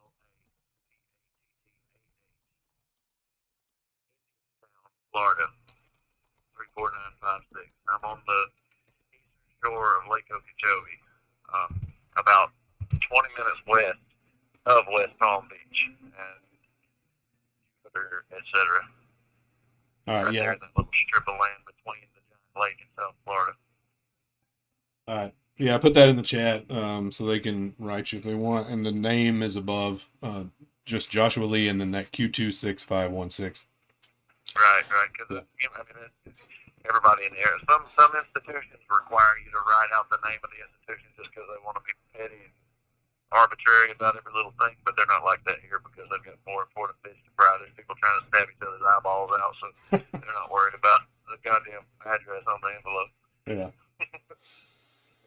Well, hey, since I've got you here, and actually the stream tonight started off on a pretty serious note, and I just kind of wanted to get your take on it. So one of the guys who's been here every stream nonstop, his screen name is Discount Goats, and one day I'll have a conversation with you, explain to you what that means, because it's friggin' awesome, to be honest. But he let me know when the stream kicked off tonight that he found out today that a friend of his took his own life this week. Oh my God. And that got me thinking about, my friend who, I've talked to you about before, who took his own life. And then it made me start thinking about, how you've been dealing with your son. I'm not saying, obviously your son didn't take his own life, but it's a timely, huh? He did. You think so? I mean, yeah, we're pretty sure he did. I mean, he was going through a very serious rough time. The very next day was his recently broke up with his girlfriend's birthday, and the road was the road that goes to her house. Oh. And he had been having mental issues for the past year and was not himself anymore. And then he got into an argument with his stepdad at 3 o'clock in the morning, and as soon as his stepdad left and went to work, he jumped in his mom's car, didn't grab his phone or his shoes or anything, and he went head on with another car, and that impact, according to the black box in the Toyota Camry he was driving, he was going 101 miles an hour on impact. That's not an accident. Yeah. Yeah, so I don't know. I know you and I have talked several times since then, and I know how difficult it's been. Terms with, but I know that what I was saying to Goats to start this thing off with was, I asked him to share a little bit about this person with us so that, we could think about them and maybe, let their memory live on a little bit. And you and I have had conversations about your son, who I unfortunately never got a chance to meet. in this life. You know, I look forward to meeting him in the next one. But you know, maybe if you can, I know if it's too hard, I understand. You don't have to, but if you could say just a couple words about some of the ways you have just been able to wake up in the morning, like what is it that you think about John that lets you get through tomorrow after what happened? Well, I try to remember the positivity because he was always a very brilliant and compassionate little boy. I'm going to tell you a brief story. When he was about 3 years old, we were watching TV, and it was getting close to Christmas time, and there was a commercial for the Jimmy Hale Mission downtown Birmingham, and they were wanting to feed the homeless people for Christmas, and they needed, so much money would provide so many meals or whatever. Well, one thing stuck out to him, and he turned and looked at me with this incredulous horror and confusion on his face and said, "Daddy, are there really people that don't have a house?" And I was like, "Yes, son. Unfortunately, there are." His sad confusion and incredulity immediately turned to accusation, with compassion, but accusation nonetheless. And he says, "Well, we should go and get them and bring them to our house." My heart broke. Oh my God! I mean, I promise that's got a big bunch to do with the Helping Hand Network, but that right there is, I think of that, and I get up out of the bed, and there's not too much I can do to make today any different than it was yesterday, where I'm sitting now. But I can keep it in my heart and use his faith and his, at that early little age, and use his wishes to pull me forward into the future. Because make no mistake, every single morning when I wake up, I open my eyes, and the way that I characterize it is 1 second later, an invisible imp with a sledgehammer bashes me in the chest from way in the backyard. Oh, yeah. And I have to, I go through a little choking fit and everything under the covers.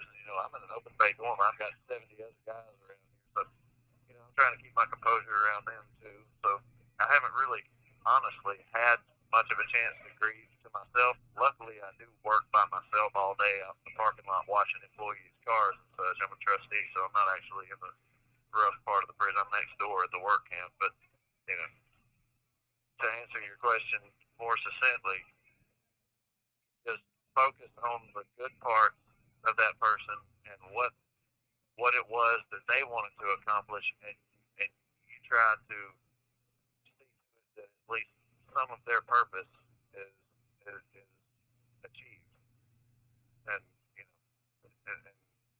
of course you'll never know what was really in their heart or what was really in their mind or the torment they may or they obviously were going through. But Yeah. It's a really touchy subject, and it's something that each individual has to take into consideration the individual that he was dealing with. Yeah. Yeah, I think that's really good. I think that's really good. I mean, just I remember the first time we talked after it happened. I mean, you didn't really have to say it. I could hear it in between the syllables and every breath that you took on the phone, and it never really even dawned on me how uniquely challenging dealing with that was for you in the position that you were in that place, surrounded by the people you're surrounded by, and not being able to maybe really allow pull yourself my hair out, tear the grass up out of the earth, bash my face on the wall. Yes. Right. That would ruin my whole situation in here. I thought about it. Trust me, I thought about it. And then every day when one of these perpetual assholes that got a job here because he's insecure outside wants to come in here and be a bully. Yeah. That describes at least half of these prison guards, I promise you.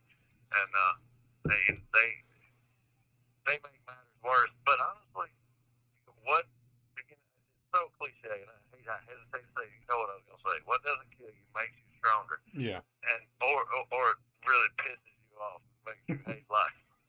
but the thing is, it builds your character, builds your endurance. I'm not saying losing a loved one does that. Yeah. That destroys I'm in here may have saved me from going out, grabbing a bottle of whiskey and wrapping my truck around an oak tree. Yes. Yeah.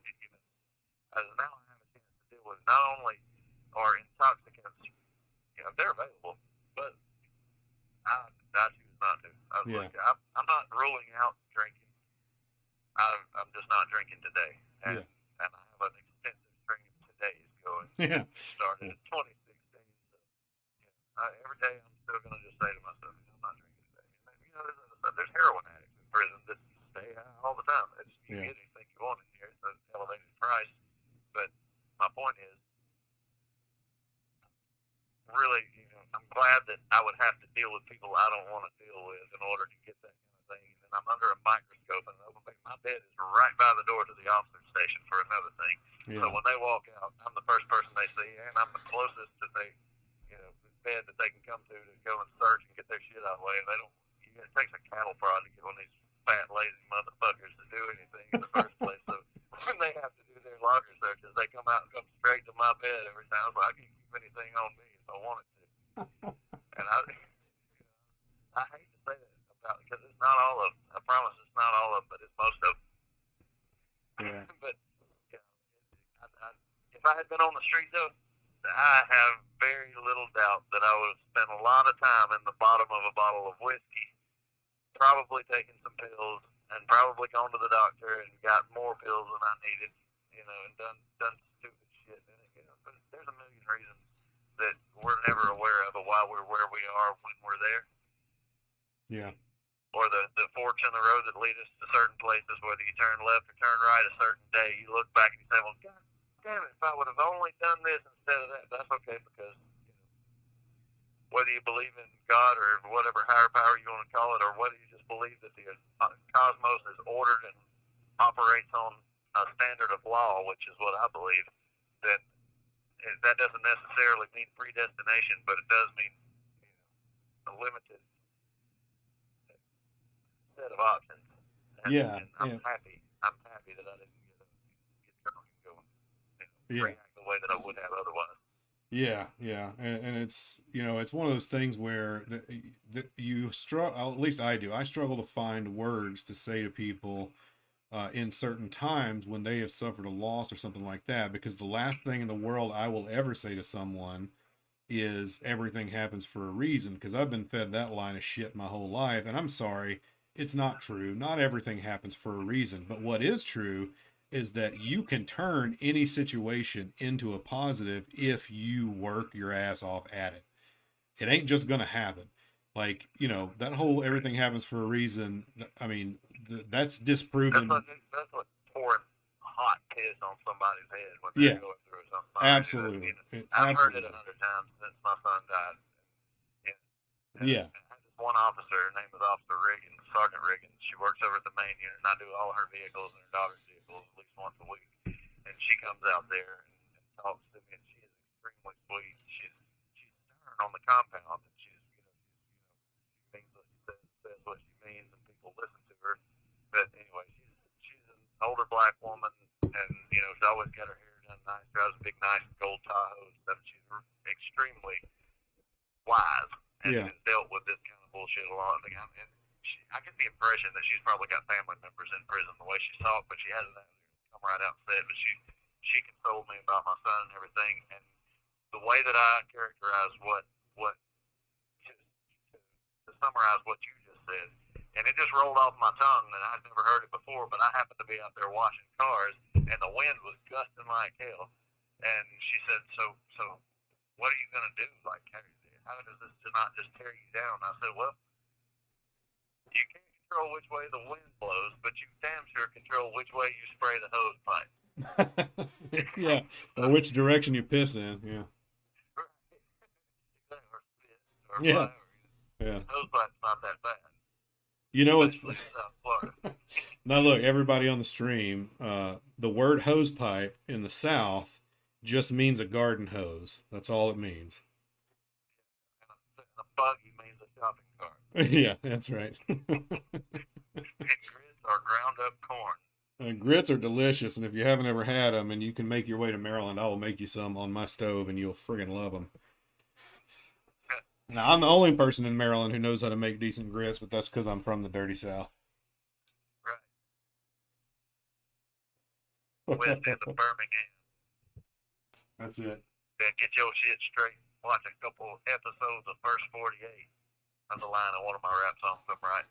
Because everybody thinks that, Alabama's nothing but a bunch of cornfields and trailer parks. Goats. Inbred dipshits with two front teeth. One of them don't belong to them. All right, look, Josh, my man, Discount Goats. I'm gonna go ahead and tell you right now what his name means. Before right. I'm gonna tell you this first. The reason I'm doing this is because when I tell you what he just typed in chat, it's gonna change your opinion of him. So I need to build up a little bit of goodwill first. All right. So his name is Discount Goats, which to me is hilarious because it makes me think that this dude is selling goats at a reasonable price. You know, maybe. I was thinking greatest of all time. Well, that's what it means. And the way he explained it to me was, so he is involved in a few different streamers from not, I don't think any of them are from the trading community where he and I met. They're just doing different things in life, playing video games, talking life, whatever. And he is in some ways involved with them, and they are people who are the GOAT at something, and they are also discounted by the world for some reason, right? That's great. And that's his whole thing. I mean, it's not great. It's the name and the play on words. It is. It really is. And that he has a heart for people who are discounted for whatever reason. A lot of different reasons, a lot of different situations. But man, we talked about this the other night, and I just thought, like, there's never been a better, I don't know in my personal life, a better discount goat than you. Like, with what you've been through and your life story, where you are right now, and the immense talent that I know you have, and the incredible brain that I know you have, like those things, you fit so well into that. Yeah. That's cool. So now that you have a good opinion of him, what he just said in chat was grits are garbage. Grits are garbage? Yeah. I think what I think we ought to do is give him a pass, and then have him come down to Birmingham. Once you're out, we'll all meet up at Saw's, and we'll have shrimp and grits, and let him reevaluate that statement. That's not Birmingham. Come on down to Gulf Shores where I'll be living. We'll have some shrimp and grits at the Pink Pony Pub on the beach or at the Hangout. All right, there you go. Done. Where all the waitresses are gorgeous and wear little bunny ears and mouse ears and stuff for no reason, just because one of them did it one time and their tips were outrageous, so everybody else started doing it. Caught on. Has nothing to do with the theme or the decor of the Hangout, where they have the Hangout Fest, which is a big rock concert festival that didn't happen in 2020 for obvious reasons. Yeah. Anyway, they all wear the little ears and stuff, and it's amazing. I love it. I don't know why that just gets doing that. I don't know. Yeah, so that's the thing. Look. I just talked about the inaugural donation of the Helping Hand, the sports equipment that we sent down there to the camp where you are, and how folks liked it. They're raving about it still. Really? I've been thinking about no less than 30 people today. That makes me so happy, dude. Oh man. We had rec first thing this morning, and everybody was out there throwing the football, and I was thinking I hadn't touched one. I grabbed the basketball a little, bounced it and looked at it, and just gave it back to somebody. But the entire compound is thrilled. I'm telling you, we could have anything here. They call rec, and nobody would go out there because it's hot. Fuck that. Yeah. I mean, I feel them on that. I've been in Florida. I've never been in a work camp, but I've been in Florida, and it gets hot down there. No, we have no air conditioning. We do have a shit ton of fans, but that just moves the hot air around. Yeah, lets you smell what the guy on the other side of the room smells like. Yeah. Well, actually, it does help clear out the parts because these big exhaust fans, or else it would be treacherous. If you think about it, how many times you fart a day?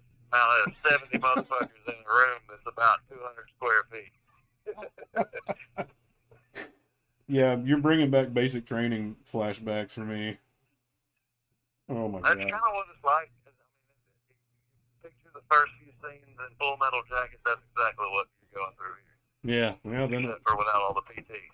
And the PT happens, but it's voluntary. Everybody Yeah. works out because they want to get out and impress their old lady or somebody's old lady. Right. Yeah, that's funny. Yeah, that I mean, I will say the one thing, I don't pretend that my time in basic training is anywhere near, what you're experiencing, but on the It's subject probably of worse, man. This is pie. These people are retards. At least in basic training, you're dealing with people that are smart and that, most of them, and that have made the conscious decision to go there. These people were put here against their will, and they're, they're not orderly. They don't feel the need to have respect because it hasn't been beaten into them yet by most. But it's easy to avoid it. In basic training, you got to, like you said, you got a medal, and that consists of going and buying a medal, and then now you're responsible for making That's sure right. that it's perfectly. That's right. Yeah, congratulations. You don't have to go through shit like that. Congratulations. You're a markman. Now take your ass down to the store, buy yourself a ribbon, put it on your uniform, and God help me if you put it in the wrong place. Right. Yeah, did you explain that to these people yet, or did we talk about that on here? Yeah. I'm sorry, I think that I interrupted you as you were saying something about our inaugural donation. Oh yeah. I was just saying. Well, I wanted to bring that up because I had mentioned it earlier on the stream that that I had sent those balls out, the sports equipment down there, and that I showed the stream a picture of the guitar. We're going to send you down there. That you'll be leaving with the prison camp for people to play and stuff, and everybody thought that was pretty cool. Yeah, I kind of want to do like a little guitar, like strumming chords and how to tune a guitar class or whatever. Yeah. If I could get a couple more people to get guitars. Yeah, that would be cool. But I don't know if that's going to happen. Still having to deal with Warden Holtz, assistant warden of programs, is kind of standoffish about it. Even though every other prison in this region has guitars, that's the reason why it's not here yet. But we'll probably make it happen. It just depends on. Yeah. I work in the building, or I have to go in there and give my pass to his secretary every day. So, and then I work in the office with Miss Fry, works right next to it. So we had a couple of classification officers quit, so they're having a hard time organizing everything, and she's doing a lot of the stuff that's usually done over on the main unit in the classification department.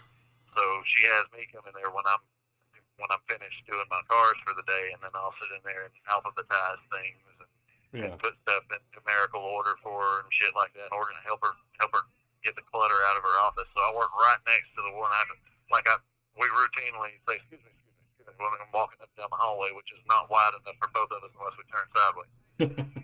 Yeah. Well, look, I wanted to. What time is it? It's 10:01 my time. How long have we been on? Can you look at your phone? Yeah. And tell exactly? Hang on. Yeah. 27 minutes. Okay, so we've got 3 minutes. Okay. All right, because the sergeant just walked in. It's actually master roster count. The reason why I usually call after 10. But we've got a Sergeant Pilgrim. He's actually all right. They're going to count the other side first, and I'm bed 26 on this side, which makes me the very last bed.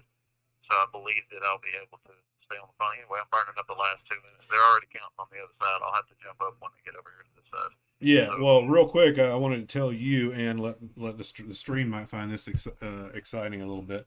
So I sent an email either yesterday or today to the manager of Slash, the guitarist from Guns N' Roses and Velvet Revolver, introducing myself and you, and letting his manager know who you are, what your story, a brief little bit about your story, what you care about and what you stand for, and a little bit about your background in music, and try to make that introduction to see if they will reach out and have you talk to them directly. So I haven't seen anything back yet, but like I said, it's only been a day, it's a weekend, so hopefully maybe early next week I'll get something back from them, and fingers crossed. So stream, what you need to know about that is that Josh is gonna try to work out something to play some audition. Get an audition with Slash to do some Velvet Revolver music. if that works out, it'll be great. You know, I'm not holding my breath, but we're going to try to make it happen. I've got to get off of here. It won't happen if you don't try. Yeah. Right. It definitely won't happen if I don't try. So yeah. I appreciate you, Shane. I appreciate everybody listening, and I'm sorry about your friend, Discount Goat. You guys have a great week, and hopefully everybody will be back and bring a friend next Saturday when I call. Yep. Boston's Raccoon and Albuquerque Turkey. All right, brother. You take care, man. I love you. Explain to them what that means. I will. All right, bye-bye. Bye-bye.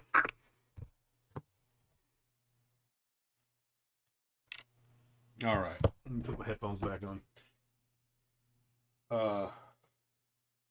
Yeah, so next week, I will have taken some time with Discount Goats to help me be less of a total idiot, and I'll get that that voice piped in through the channel or through the computer, so you guys don't have to hear, you know, you don't have to hear it the way it sounds right now. It'll sound better next week. I got your message, Goats. I brought it up, but I didn't want to risk it because the way this thing works, if we get disconnected, he can't call me back for I think maybe an hour or something like that. And at this time of night, he probably can't call me back at all. So it just probably wasn't worth the risk tonight. But I do appreciate you setting that up and trying. But we'll make sure we get it squared away next week so that we can do it the right way. But yeah, I guess what did he say he wanted me to he wanted me to explain Boston's Raccoon. So that thing he said to me there at the end, how's my gain? I turned it up for him. I think it may be a little too high for me right now. Let me try and get that squared away. Y'all let me know if I'm hot, I'll turn my gain down or just move away from the mic a little bit. Yeah, thank you for that. Okay, so the Boston's Raccoon thing. So some of y'all may have heard him tell a little bit of story about a guy when he was homeless before, kind of probably in the worst part of his life, before the prison stint and all that. He was on abusing drugs, and he was an alcoholic and just having a rough go. Well, he fell in with a group of homeless folks, and kind of lived with. They all lived together, and there was one guy who had a thick Boston accent, and everybody just called him Boston. That was his name. He was Boston, And this guy had a big fat raccoon that he had kind of taken in to be his pet, his best friend, and just like fed him every day and walked him and all that kind of stuff. And at some point, Josh told me that he felt like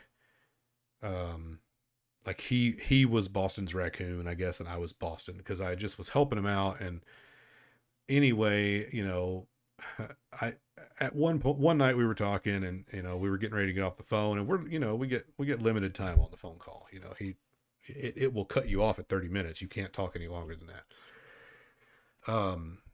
And towards the end of the call, he was talking. He was just kind of going on, telling me thank you, and how much he appreciates all the stuff. And I just, number one, it makes me uncomfortable. I don't, I'm not doing anything that I do for him is not because I want him to friggin' tell me he loves me or that he thanks me or anything. So I was just like, hey man, I appreciate what you're saying. But why don't we just develop a shorthand for this so that we can talk more? And then, I said, why don't you just say Boston's Raccoon at the end of a phone call, and I'll know you mean all the stuff that you just said to me. And then that'll be that. And so that's what that was about. And then the other one was just like, we started throwing random cities followed by a random little furry creature or animal at the end of it, So one day it was Boston's Raccoon, and the next day, it was like Baltimore's Possum, and then the next day it was, Birmingham's Chipmunk or whatever, So that's what that's about. Yeah. Anyway. Yeah. So I hope that was fun. Hope y'all enjoyed that. It's funny that there's two things going on right now that kind of all this, you know, sometimes feels like the universe speaks to you and says keep doing what you're doing, or you know, I'm you know, the universe says, hey, I'm gonna throw something at you that you might need right now. And so I kind of feel that way right now, you know, not only with Discount Goats, and you know, the fact that I met him at this time, which I think was just a really great time, and it fits so much with who Josh is, who I am, what we're trying to accomplish. But also that Rue coin thing, you know, that I showed you guys earlier in the day.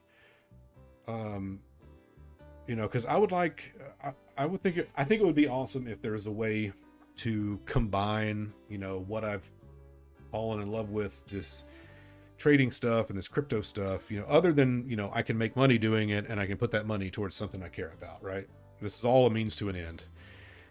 If, you know, I have no interest in just making a bunch of money and sitting on it and rolling around in it like Scrooge McDuck, right? If I'm making extra money, it's for a purpose.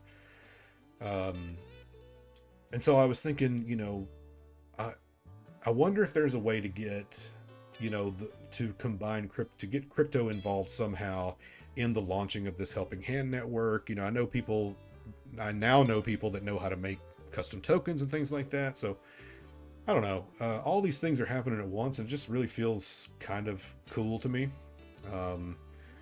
You know, I don't know. I really don't know what to say. You know, you guys are really awesome. I've had so much fun doing these streams. The people I've met have been, you know, with the exception of Discount Goats, who's a total dick, everybody else has been super cool. I've really, just kidding. Yeah. So yeah. I don't know. I guess all of this is just me saying Boston's raccoon to you guys. I appreciate it. Y'all hanging out and talking, and you know, people have shared stuff in the last few weeks that I know is not easy to share. You know, stuff that's yeah, you know, well, not Joshy token, because it's not about him, it's not about me, it's not about any individual. It's about the, you know, it would be like, I mean, I was thinking something like that, you know, like the hand token or something like that. And the entire point of it would be, you know, to foster a community to support these things. You know, we already know that helping out people with addictions, people that are homeless, people that are struggling, is one of the main purposes. But another one that we now have talked extensively about is prison reform. Like, there are things that need to change about the way we approach justice in this country. Probably in all countries, but certainly in this one, in the U.S. Look, I'm not getting too sidetracked. I am going to mark this right here as an entry. It's been forever since we made a re-entry into this position. We're doing it right now. See? Right there. 1, 2, 3. I knew it would come back up. But you understand what I'm saying, is that, like, I don't know. I think there's a potential there. I don't know what to do with it, and I'm not asking anybody for any money or anything like that, but it's just a thought, and I think there's potential there. Because as it turns out, and the internet has taught me this recently, the world isn't entirely filled with bastards, you know? Bastard-coated bastards with bastard filling. Surprisingly enough. And if all you do is look at Facebook comments, it really seems that way. But if you get the hell out of there, you start talking to people with a shared interest. Yes, Dr. Cox. Yeah, dead on. I knew you would know that. You get out of there and meet some people in a community like, hopefully the one we're building here, the one for the most part in Traders Reality community is pretty solid too. Anyway, you know, that's what all that's about. Eagle! I don't know which one of us is heavier. I'm guessing me, but I'll let you climb on my back and I'll give you an eagle ride all around this place, goats.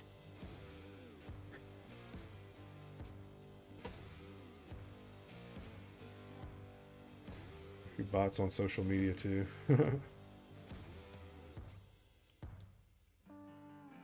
Oh man. Okay, guys. Look, we just made another entry. I know we didn't do anything for a long time, but look, price didn't do shit. We just dicked around in this area and did just flat out a bunch of nothing. And this one, This at least made a move. Look, now look. I make an entry, and it's going to move hard the other way. Don't you know it? That's fair.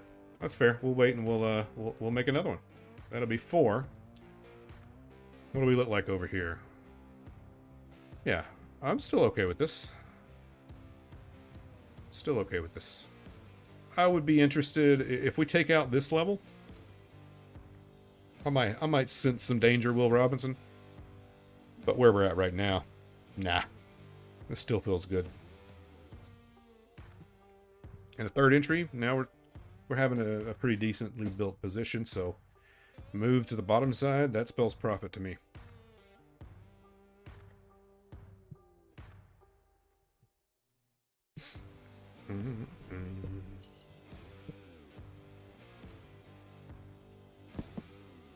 Do I still have my my homies from Netherlands? Lo, I see you on here, Lo. You've been awful quiet. You still around, or you just turn me on and go to sleep? And did your wife join? If she did, I would love to say hello. If not, you tell her hello for me.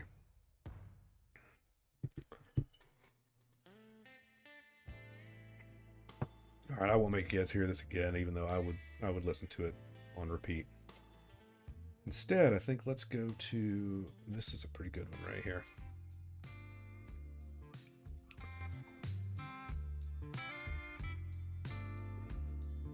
Alright, you got a story. I got an almost empty jar. So, tell you what, let's watch this real quick. I want to see where this is going to stop to make another entry. So you go ahead and give me your story, and then once this entry presents itself, we'll make it, and then I'm going to take a break, grab a drink, visit the little trader's room.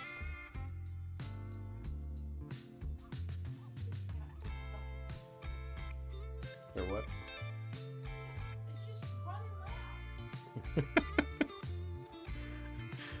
Sir Pounce, that I think a lot of you guys saw.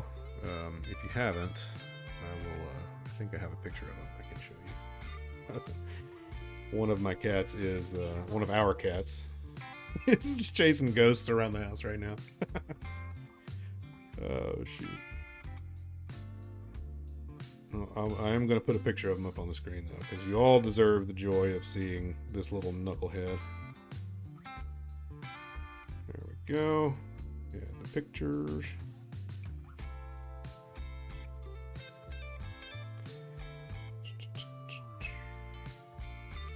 Alright, here's one.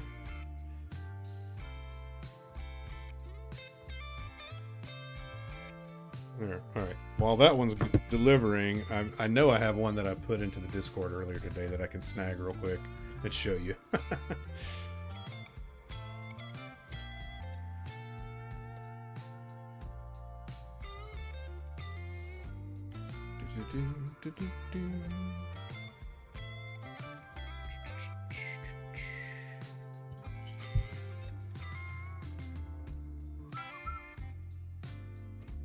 I also got a sneaky text from my mother a minute ago.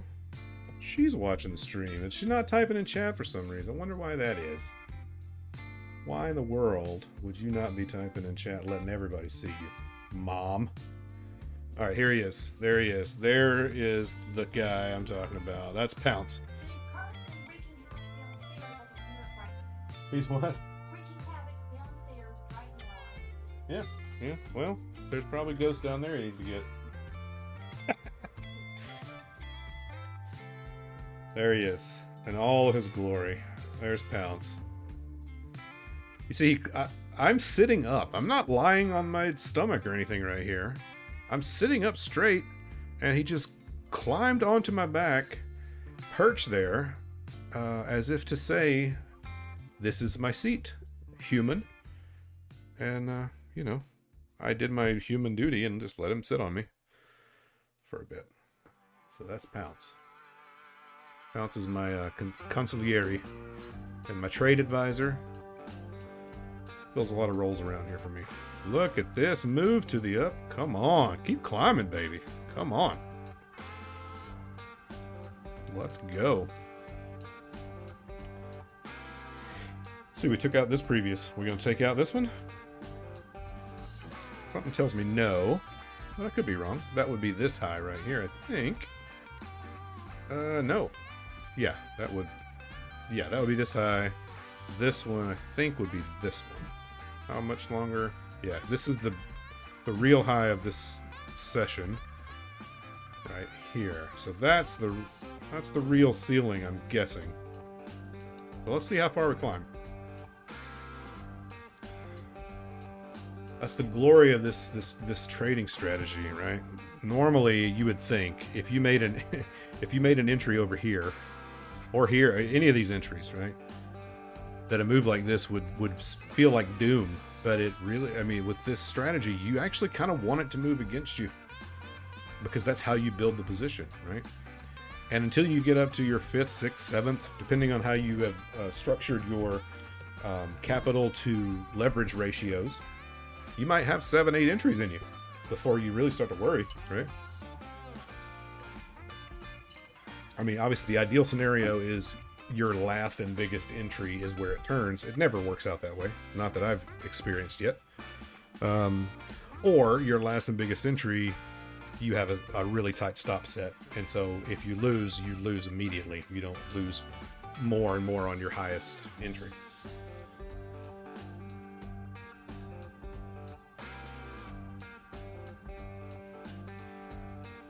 So let's see what happens. We're, I mean, look how far we have climbed outside of this volatility band and just drug it along with us to right here. Once we see this turn back in, we'll make another entry right here.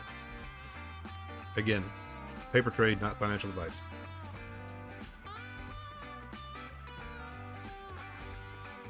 I need it to turn pretty soon, though, so I can make this entry and go fill my drink up.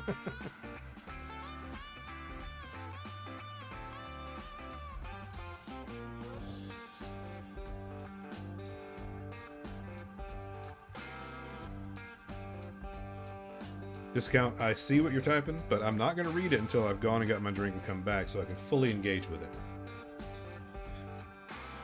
And then we'll have story time with goats.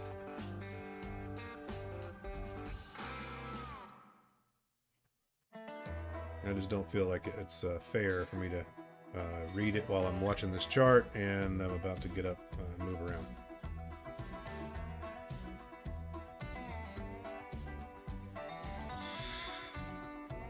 I think I must. I think my buddy from the Netherlands must have called it a night and went to sleep, which is fair because I think over there it would be. I mean, it's only 3 a.m. 2:20 or 3:20. I don't remember if they're 4 or 5 hours.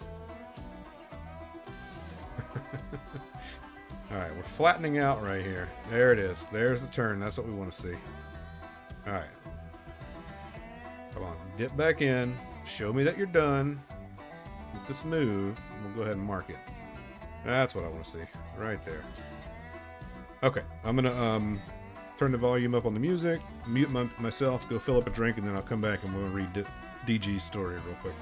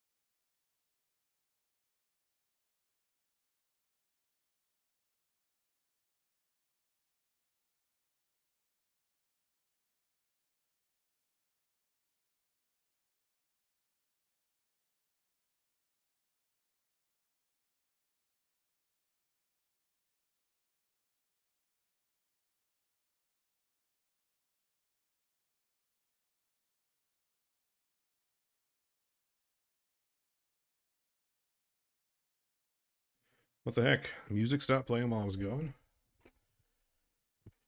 Dead air. That's not good.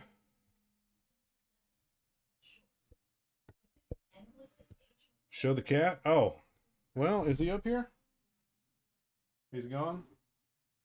Alright, Super Haze. Here's what I will do. I can't show you that one because he's downstairs chasing ghosts.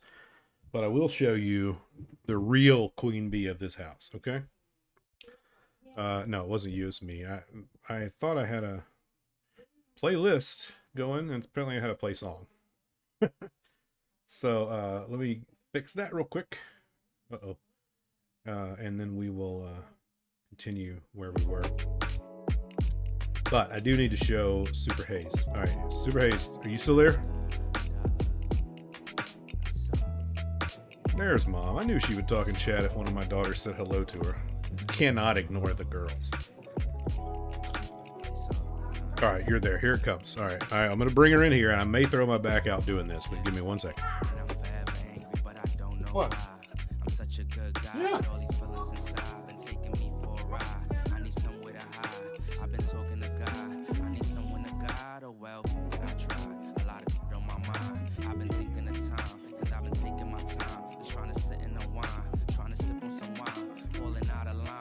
Like I'm running out of time every day the same because I'm looking for a sign instead of chasing it, the good or the bad, I'm embracing it. If you make it bad, yeah, then you gotta lay in it. Reality, I'm facing it. Success, I want a taste of it. My talent, never wasting it. The top is where we taking it. However long it take for us, cause we ain't never giving up. Adoring it, you lift it up.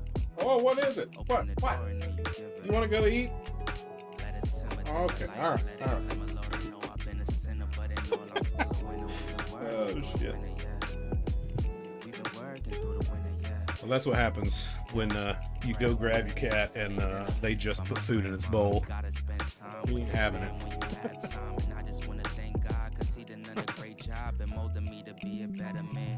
He gets done eating. He may come in here and sit with me. He's taken to coming in here in the morning when I get up like early to trade the London session.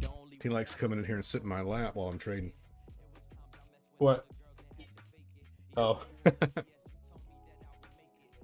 girls are very, very excited that they can pull their dad up on Twitch. I guess it makes me not so much of a boomer. Alright, Ghost, let's see. Let's see this story about this guy right here. What's going on here? Dr. Cox. Okay, oh my god, the scrub thing reminded me of a story about a coworker I have. I actually stopped, copied what I was typing to say. Alright, so I'm training a new sales rep. Alright, yes, Discount Goats is in sales. If you guys didn't know, the goat market is cornered by this man. Okay, so training a new sales rep, he asks, how do I ask to be excused for the day at work for medical reasons? And we work exclusively remote, and this is his first remote gig. So I said, well, if it's a medical emergency, handle it. We're adults. What happened? And to God, he goes, well, I went to take a piss, and as soon as I was done and my body relaxed, I passed out. This man was in ocean rescue for the last 8 years. How did that... Wait, was he... Okay. Alright, looks like... Okay, so now come back to the story, Goats, and let me know. What... I mean, did this guy, like, was he just, like, passed out in the bathroom on the floor next to the toilet, or, like, what?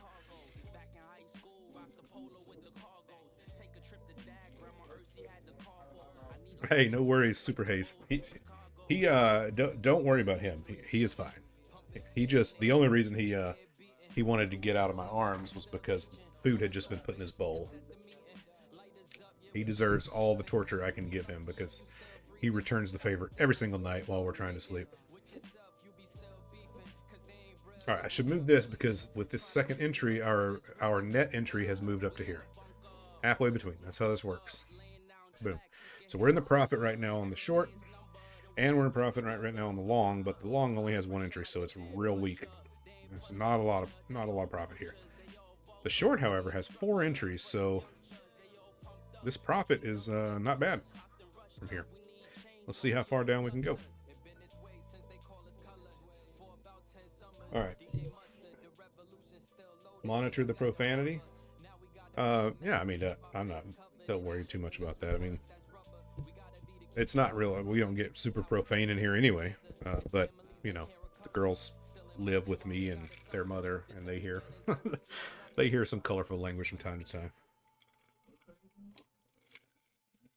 They're very mature for their ages.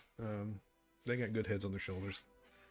They know not to say things that their mother or father says when they're in public, that we can't be trusted.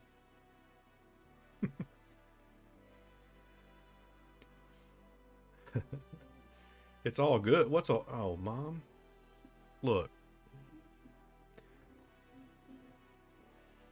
I wasn't worried about you cussing, Mom. I was worried about me.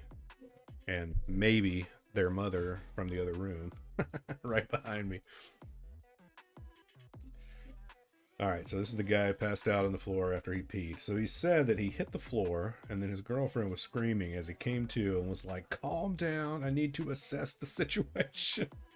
As blood was pouring down his face. Oh my god.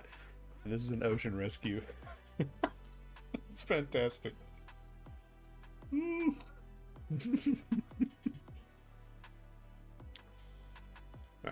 what kind of profit are we in right now? Oh, we got ways to go. I mean, we got to at least get 1% out of this. Yeah, we're not there yet. We got a ways to go. And again, you know, I see this down here. I see it, but I'm not ready to pull my long position up this far. I just don't want to do it. Like, if we take this right here, where it is now, that's going to move our long net entry halfway between there and here. So, like here. And that's too narrow. Sorry, not going to do it. Dude, that's hilarious, man. I mean, the dude's okay, I'm guessing. You wouldn't be telling me this story, I'm guessing, if he wasn't okay. Man. That's some shit right there.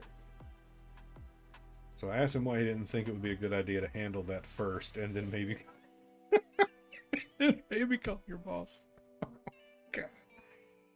Oh boy. Oh man. That's classic right there. Instant classic.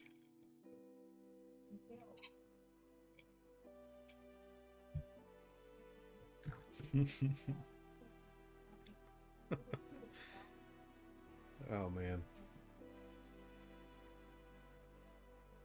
Hey, we can bring up some different coins if there's something else you guys want to look at, or if there's a Forex pair anybody is really curious about, we'll pull it up and take a look. You know, I can keep monitoring this as we flip back and forth. It's up to you guys, or if there's a topic you want to talk about anything.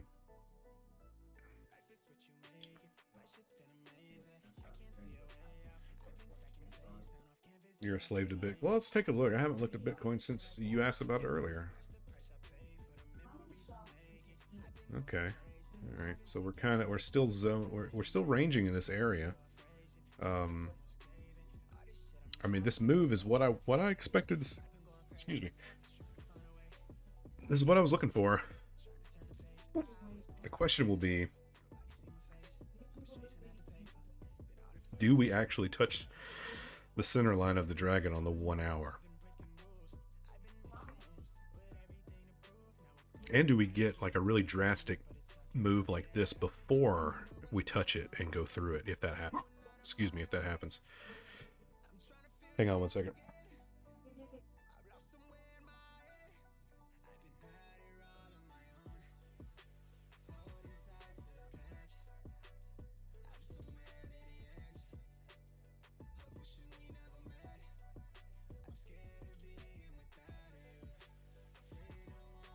Okay, hiccups. So I don't know. I mean, the idea that we all think, I think, is that's going to happen. Well, I tell you what. Here's what I thought, because I put this futures gap line on here earlier, right? So what my idea has been since yesterday. Now, mind you, I didn't know that we were going to range this far, but my thought was that we would come down. Obviously, we do a little zigzagging. You know, you always can do that. But the thought was that we would come down, break through the 50, and then by tomorrow afternoon, be headed in this direction back to where this, whoops, did not mean to do that, where this futures gap line is. That's what I thought would happen. And there's still time for that to happen. You know, we've got, let's see, it's 10:37 p.m. here. We have 20 hours, right? 6:36. Yeah, we have 20 and a half hours until that plays out, or until markets open, the futures gap market opens back up, right? So, I mean, just to be frank with you, I want by tomorrow, you know, so 14 hours from now, I want this price line to be as far away from this futures gap line as possible. That's what I want, because I'm going to trade towards it tomorrow afternoon, you know? So the farther away it is, the better chance I have of catching a good trade that way. Now, I don't care which direction it is. I think it's going to be down. That's what I think. I think we're going to come down here, you know, get a bunch of people to go short, think Bitcoin's dumping, and then late tomorrow afternoon, probably about, you know, 3, 4, 5 p.m. East Coast, you know, a good hour to 4 before the futures market opens again, I think we're going to head right back in this direction. That's what I think. I'd rather, if I'm going to be frank, I think you should be, I don't know, are you more of a Dennis or a Charlie? I'll be frank, no problem.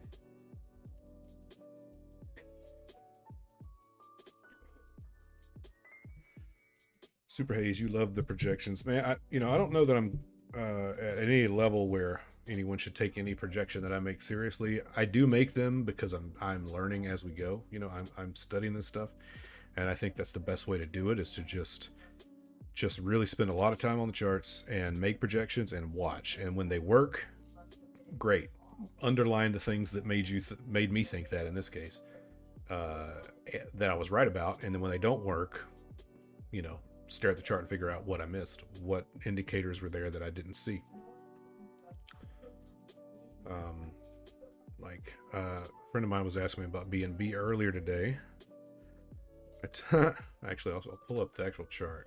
So I tried to write out my logic, because he asked me what did I think was going to happen. I said, look, I don't think you should make any decision based off what I say, but I will tell you what I think. And so at the time, this is a 4-hour chart, by the way. So we can switch it to the 1 hour. Just leave my notes on there.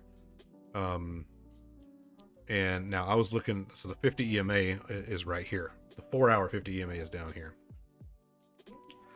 And I told him I expected it to drop. And he was basically trying to get an idea of what I thought it might do in the next 2 days, right? So I said, based on the 4-hour chart, what I see is a couple things. First, I see a bearish engulfing pattern on this candle. Very clear. Almost had one right here, but we got a big time one right here.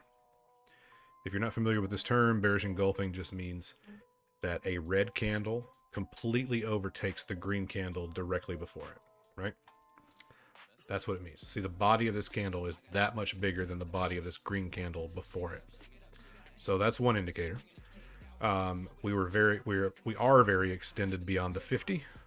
Okay, that's another one. You know, the 50 is a magnet. Price has to come back to it, or it will come to meet the price. One way or the other, they're meeting. So that's two factors. Down here on the cipher B divergences, it has printed 3 times now that it believes we're at a local market top. This cloud indicates that that it's oversold to a level. This gap right here, especially.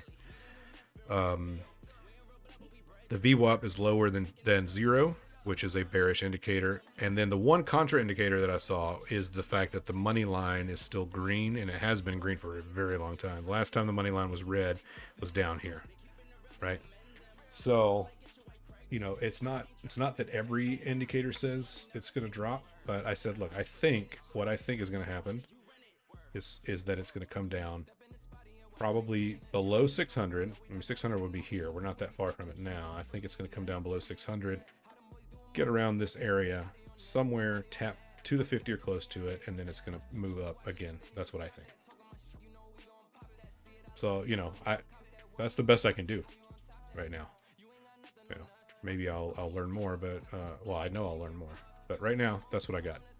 So we'll see. I want to keep this chart fresh so I can go back to it and see what happens there. You remember when BNB was $7? Now, are you about to tell me that you had like 400 of them, right? And it went from $7 to $6.50, and you're like, screw this crap, I'm out. I say that because this guy, b0tz, has more stories. He has almost been a millionaire like a dozen times. So the FOMO, it's hurting this guy.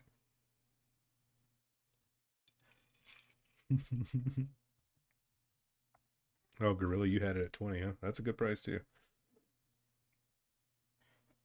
All right, let's get some different music.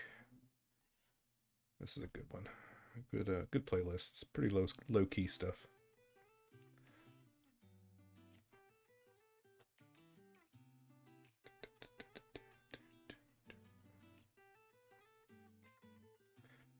Oh, you got rid of it, huh? Isn't it? I mean, gosh. Have you ever met anyone who told you a story where they were regretful that they held a crypto coin? Like, seriously, it's an open question. Anyone in the chat. Have you ever been told by anyone that they regretted holding a crypto coin? Check my phone. What's on my phone?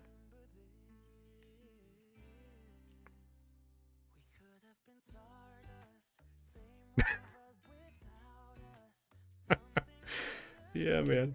I knew you had a story like that. Right? The gorilla, that's what I'm saying. I've had this conversation with so many people. I have never in my life heard someone, well, okay. I have one caveat to that, okay? But it's a shit coin and it's a weird situation, right? But other than that one situation, I've never heard anyone say that they were upset that they had a bunch of crypto and they still have it. Never. It's always the opposite. It's always somebody that's upset that they got rid of it. And now this is going back, 2016, 2017, I think was my first foray into crypto. Maybe it was 2013. It was one of the early Bitcoin, bull phases.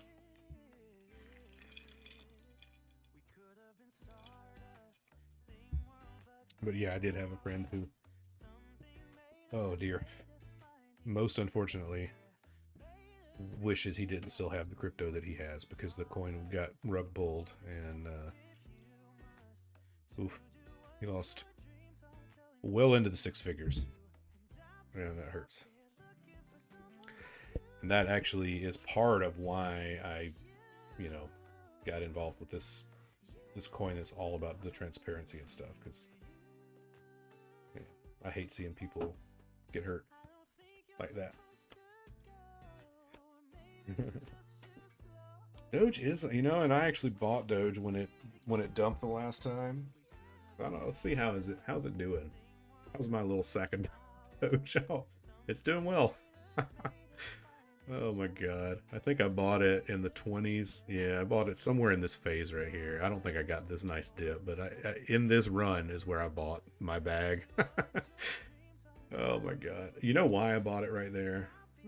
The reason I bought it here, and I know I've done this 100,000 times. I don't care. I'll keep doing it.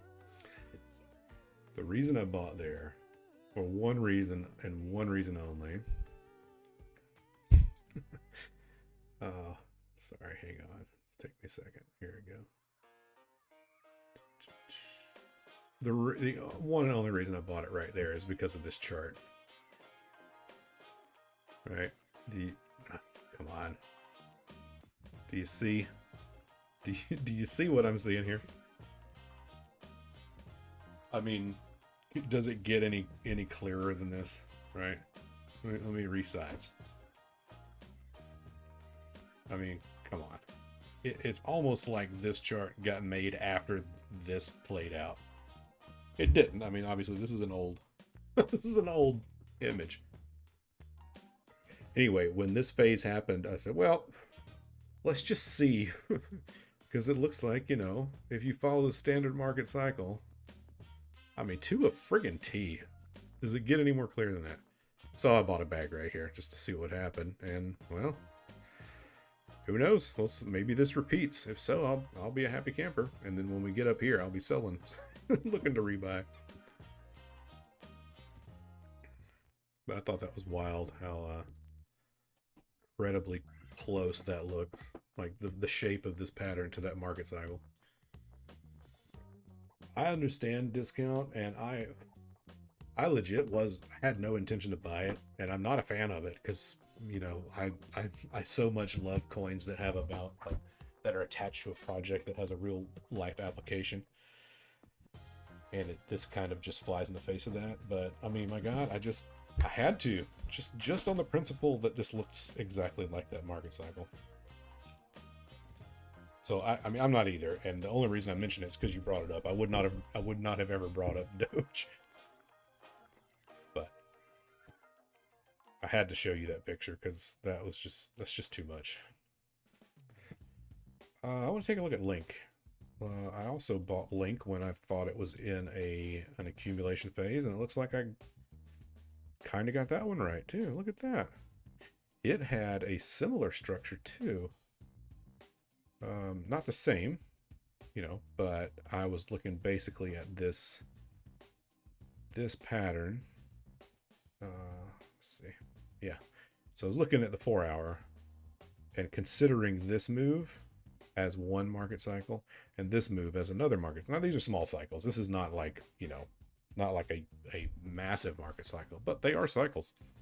So when this dropped, I said, okay, well, you know, this guy had been coming in the chat, Ridwan, and I haven't seen him tonight, but I had seen him in, he had been coming in and just, you know, he loves this coin. He's crazy about it. And I was like, well, okay, I'll watch it. And so when I saw this dip, when I saw this drop happen, I got somewhere in this range. I don't remember exactly. It's low 30s, probably not perfect down here, but you know, in this area. So we're in the positive on that too, but I don't think I'm going to sell it. I think I'm just going to let that ride. I mean, if I see this peak out and form a big M like this, I'll probably pull out, or at least pull some out and wait and see if I get a discount to buy later. But in terms of trading now, this is interesting where we are right here. This looks like this may be mid-move. Just look at this. Look at this nice, oh my goodness, here we go. Here we go, okay. Real nice W here. Come through, we've had this first bit of resistance. You always get that right when you break through the 50, yeah? And then we've pushed out. But this push, this feels like this push has another leg, doesn't it? I feel like that's not over. This may be the first, like, just a little bit of a retrace on this move. So long on Link right now might be attractive. Something to think about. Okay, let's check dot so we don't completely abandon our paper trade here. Okay, well, we're back in profit on both sides.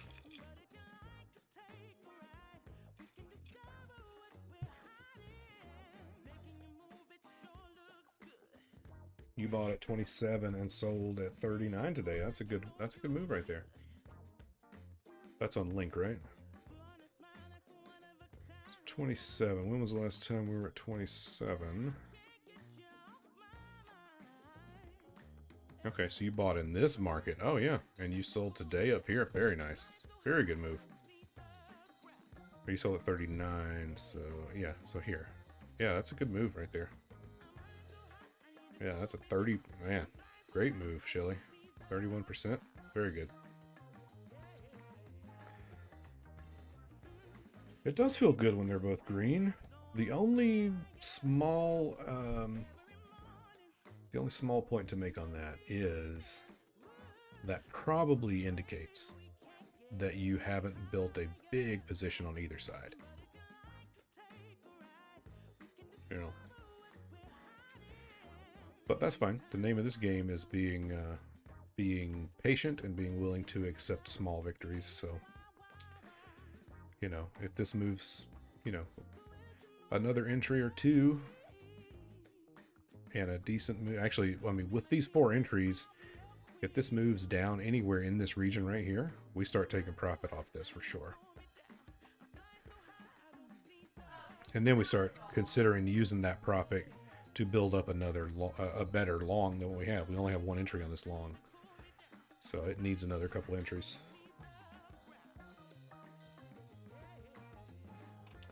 Oh, you did that with the Doge. I'm sorry. Yeah, you're right. I was looking at Doge. You bought it at 20. What'd you say? 27. 27 is here. Oh, okay. Yeah. Well, I mean, that's a good move there too. Yeah. Look at that. It's gonna be the same. Yeah, 40-something%. Oh yeah. Yeah. Well done. 42.5 roughly. Great trade. Really good trade. Yeah.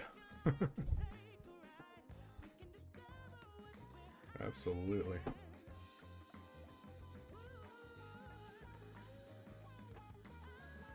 What's Ada doing? Anything at all? She never does anything. I don't know why I even keep looking at her. Just set an alarm clock for 10 years, wake up and be rich. That's my plan with Ada. I mean, what are we gonna do with this?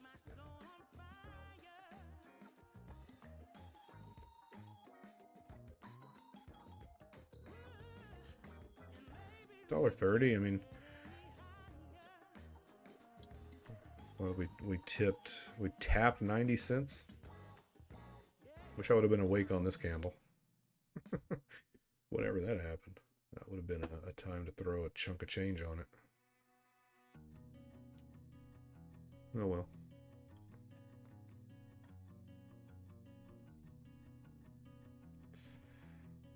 What's Ether up to? We still in ATH zone? Yes, we are. Oh my god, look at this. Holy moly. I mean, we are sitting right now just $8 below the all-time high of Ether. This coin is just a killer. I mean, the short, when this thing finally turns, is going to be just a massive trade. But how the hell do you bet against it right now, you know? I mean, I guess you could very slowly start building a short. I don't know. I mean, do I dare point out the potential that this... Oh, this is a 4-hour chart, by the way. But do I dare point out the potential of this price pulling back and leaving us with 3 pins right here to the high? Do I dare?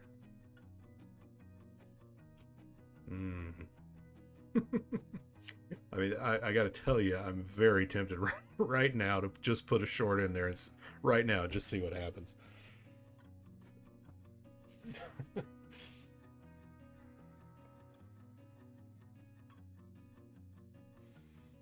With the Helping Hand Network and your connections to people who make assets on smart contract platforms, there are several use cases that can change many things and be extremely profitable because of what it does. I think so, man. I just, look, here's what I think. I think there is a potential here. And I think what it will require from me and from Josh, from anybody else that gets involved in it, including you, is that we are just militantly rigid in our commitment to whatever our core values are. you know, and if I'm involved in something, the core values are going to be that we're ethical, we're open, we're honest, we are positive, we, you know, we never screw anyone out of anything ever. Like that is the only, I will only be involved in something that's like that. And I think the world responds to that. And I think authenticity means something to people, you know. Not to everybody, certainly not to everybody. A lot of people don't give a shit. They just want a quick buck. They want to, I mean, they're by hook or by crook, and they are dog eat dog and all that kind of stuff. But I do believe, honestly, and that has been reinforced significantly in the past few months. I just believe there are a lot of just fundamentally decent people around that would enjoy something like that, that would take something like that to heart and commit to it and join it and be a part of it. And they're not going to check their bank account and expect to be rich in a month, because they ain't going to do that for them. That's not what it's for. It's not what it's about. So yeah, I'm excited about what the future may hold in this regard, you know. But I'm in no hurry. I want to take it slow. I want to do it right. I want to be, you know, I guess I just said it, open and honest. That's the key. So,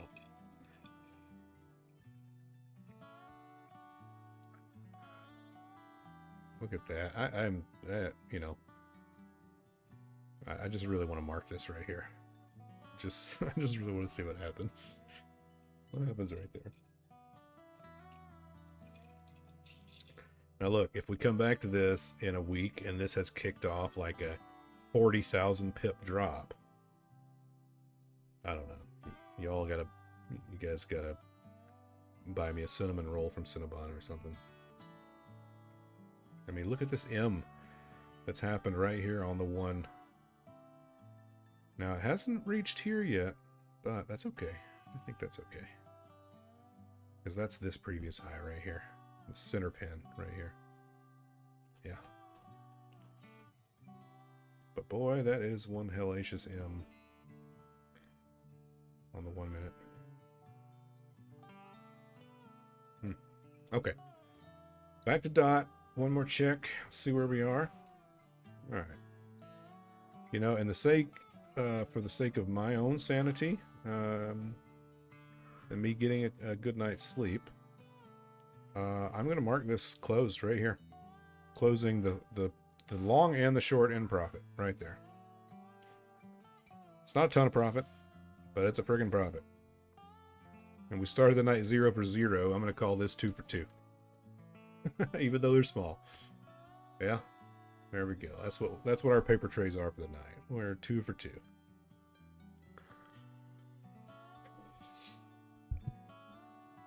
I think you're right, Goats, man. I agree with you. I think ADA is the thing, the wave of the future. I really do. But I think I'm gonna call it right there. We've had a nice long stream. It's been fun. Oh, hey, Alexa, bunch of numbers. Thanks for the follow. I have not been paying attention to these. I guess my streamer's supposed to look at that stuff, huh? Anyway. Thank you guys all for coming out, man. I had a great time, like I always do with you dudes. You're amazing. Dudettes, Shelly. Man, just a great time.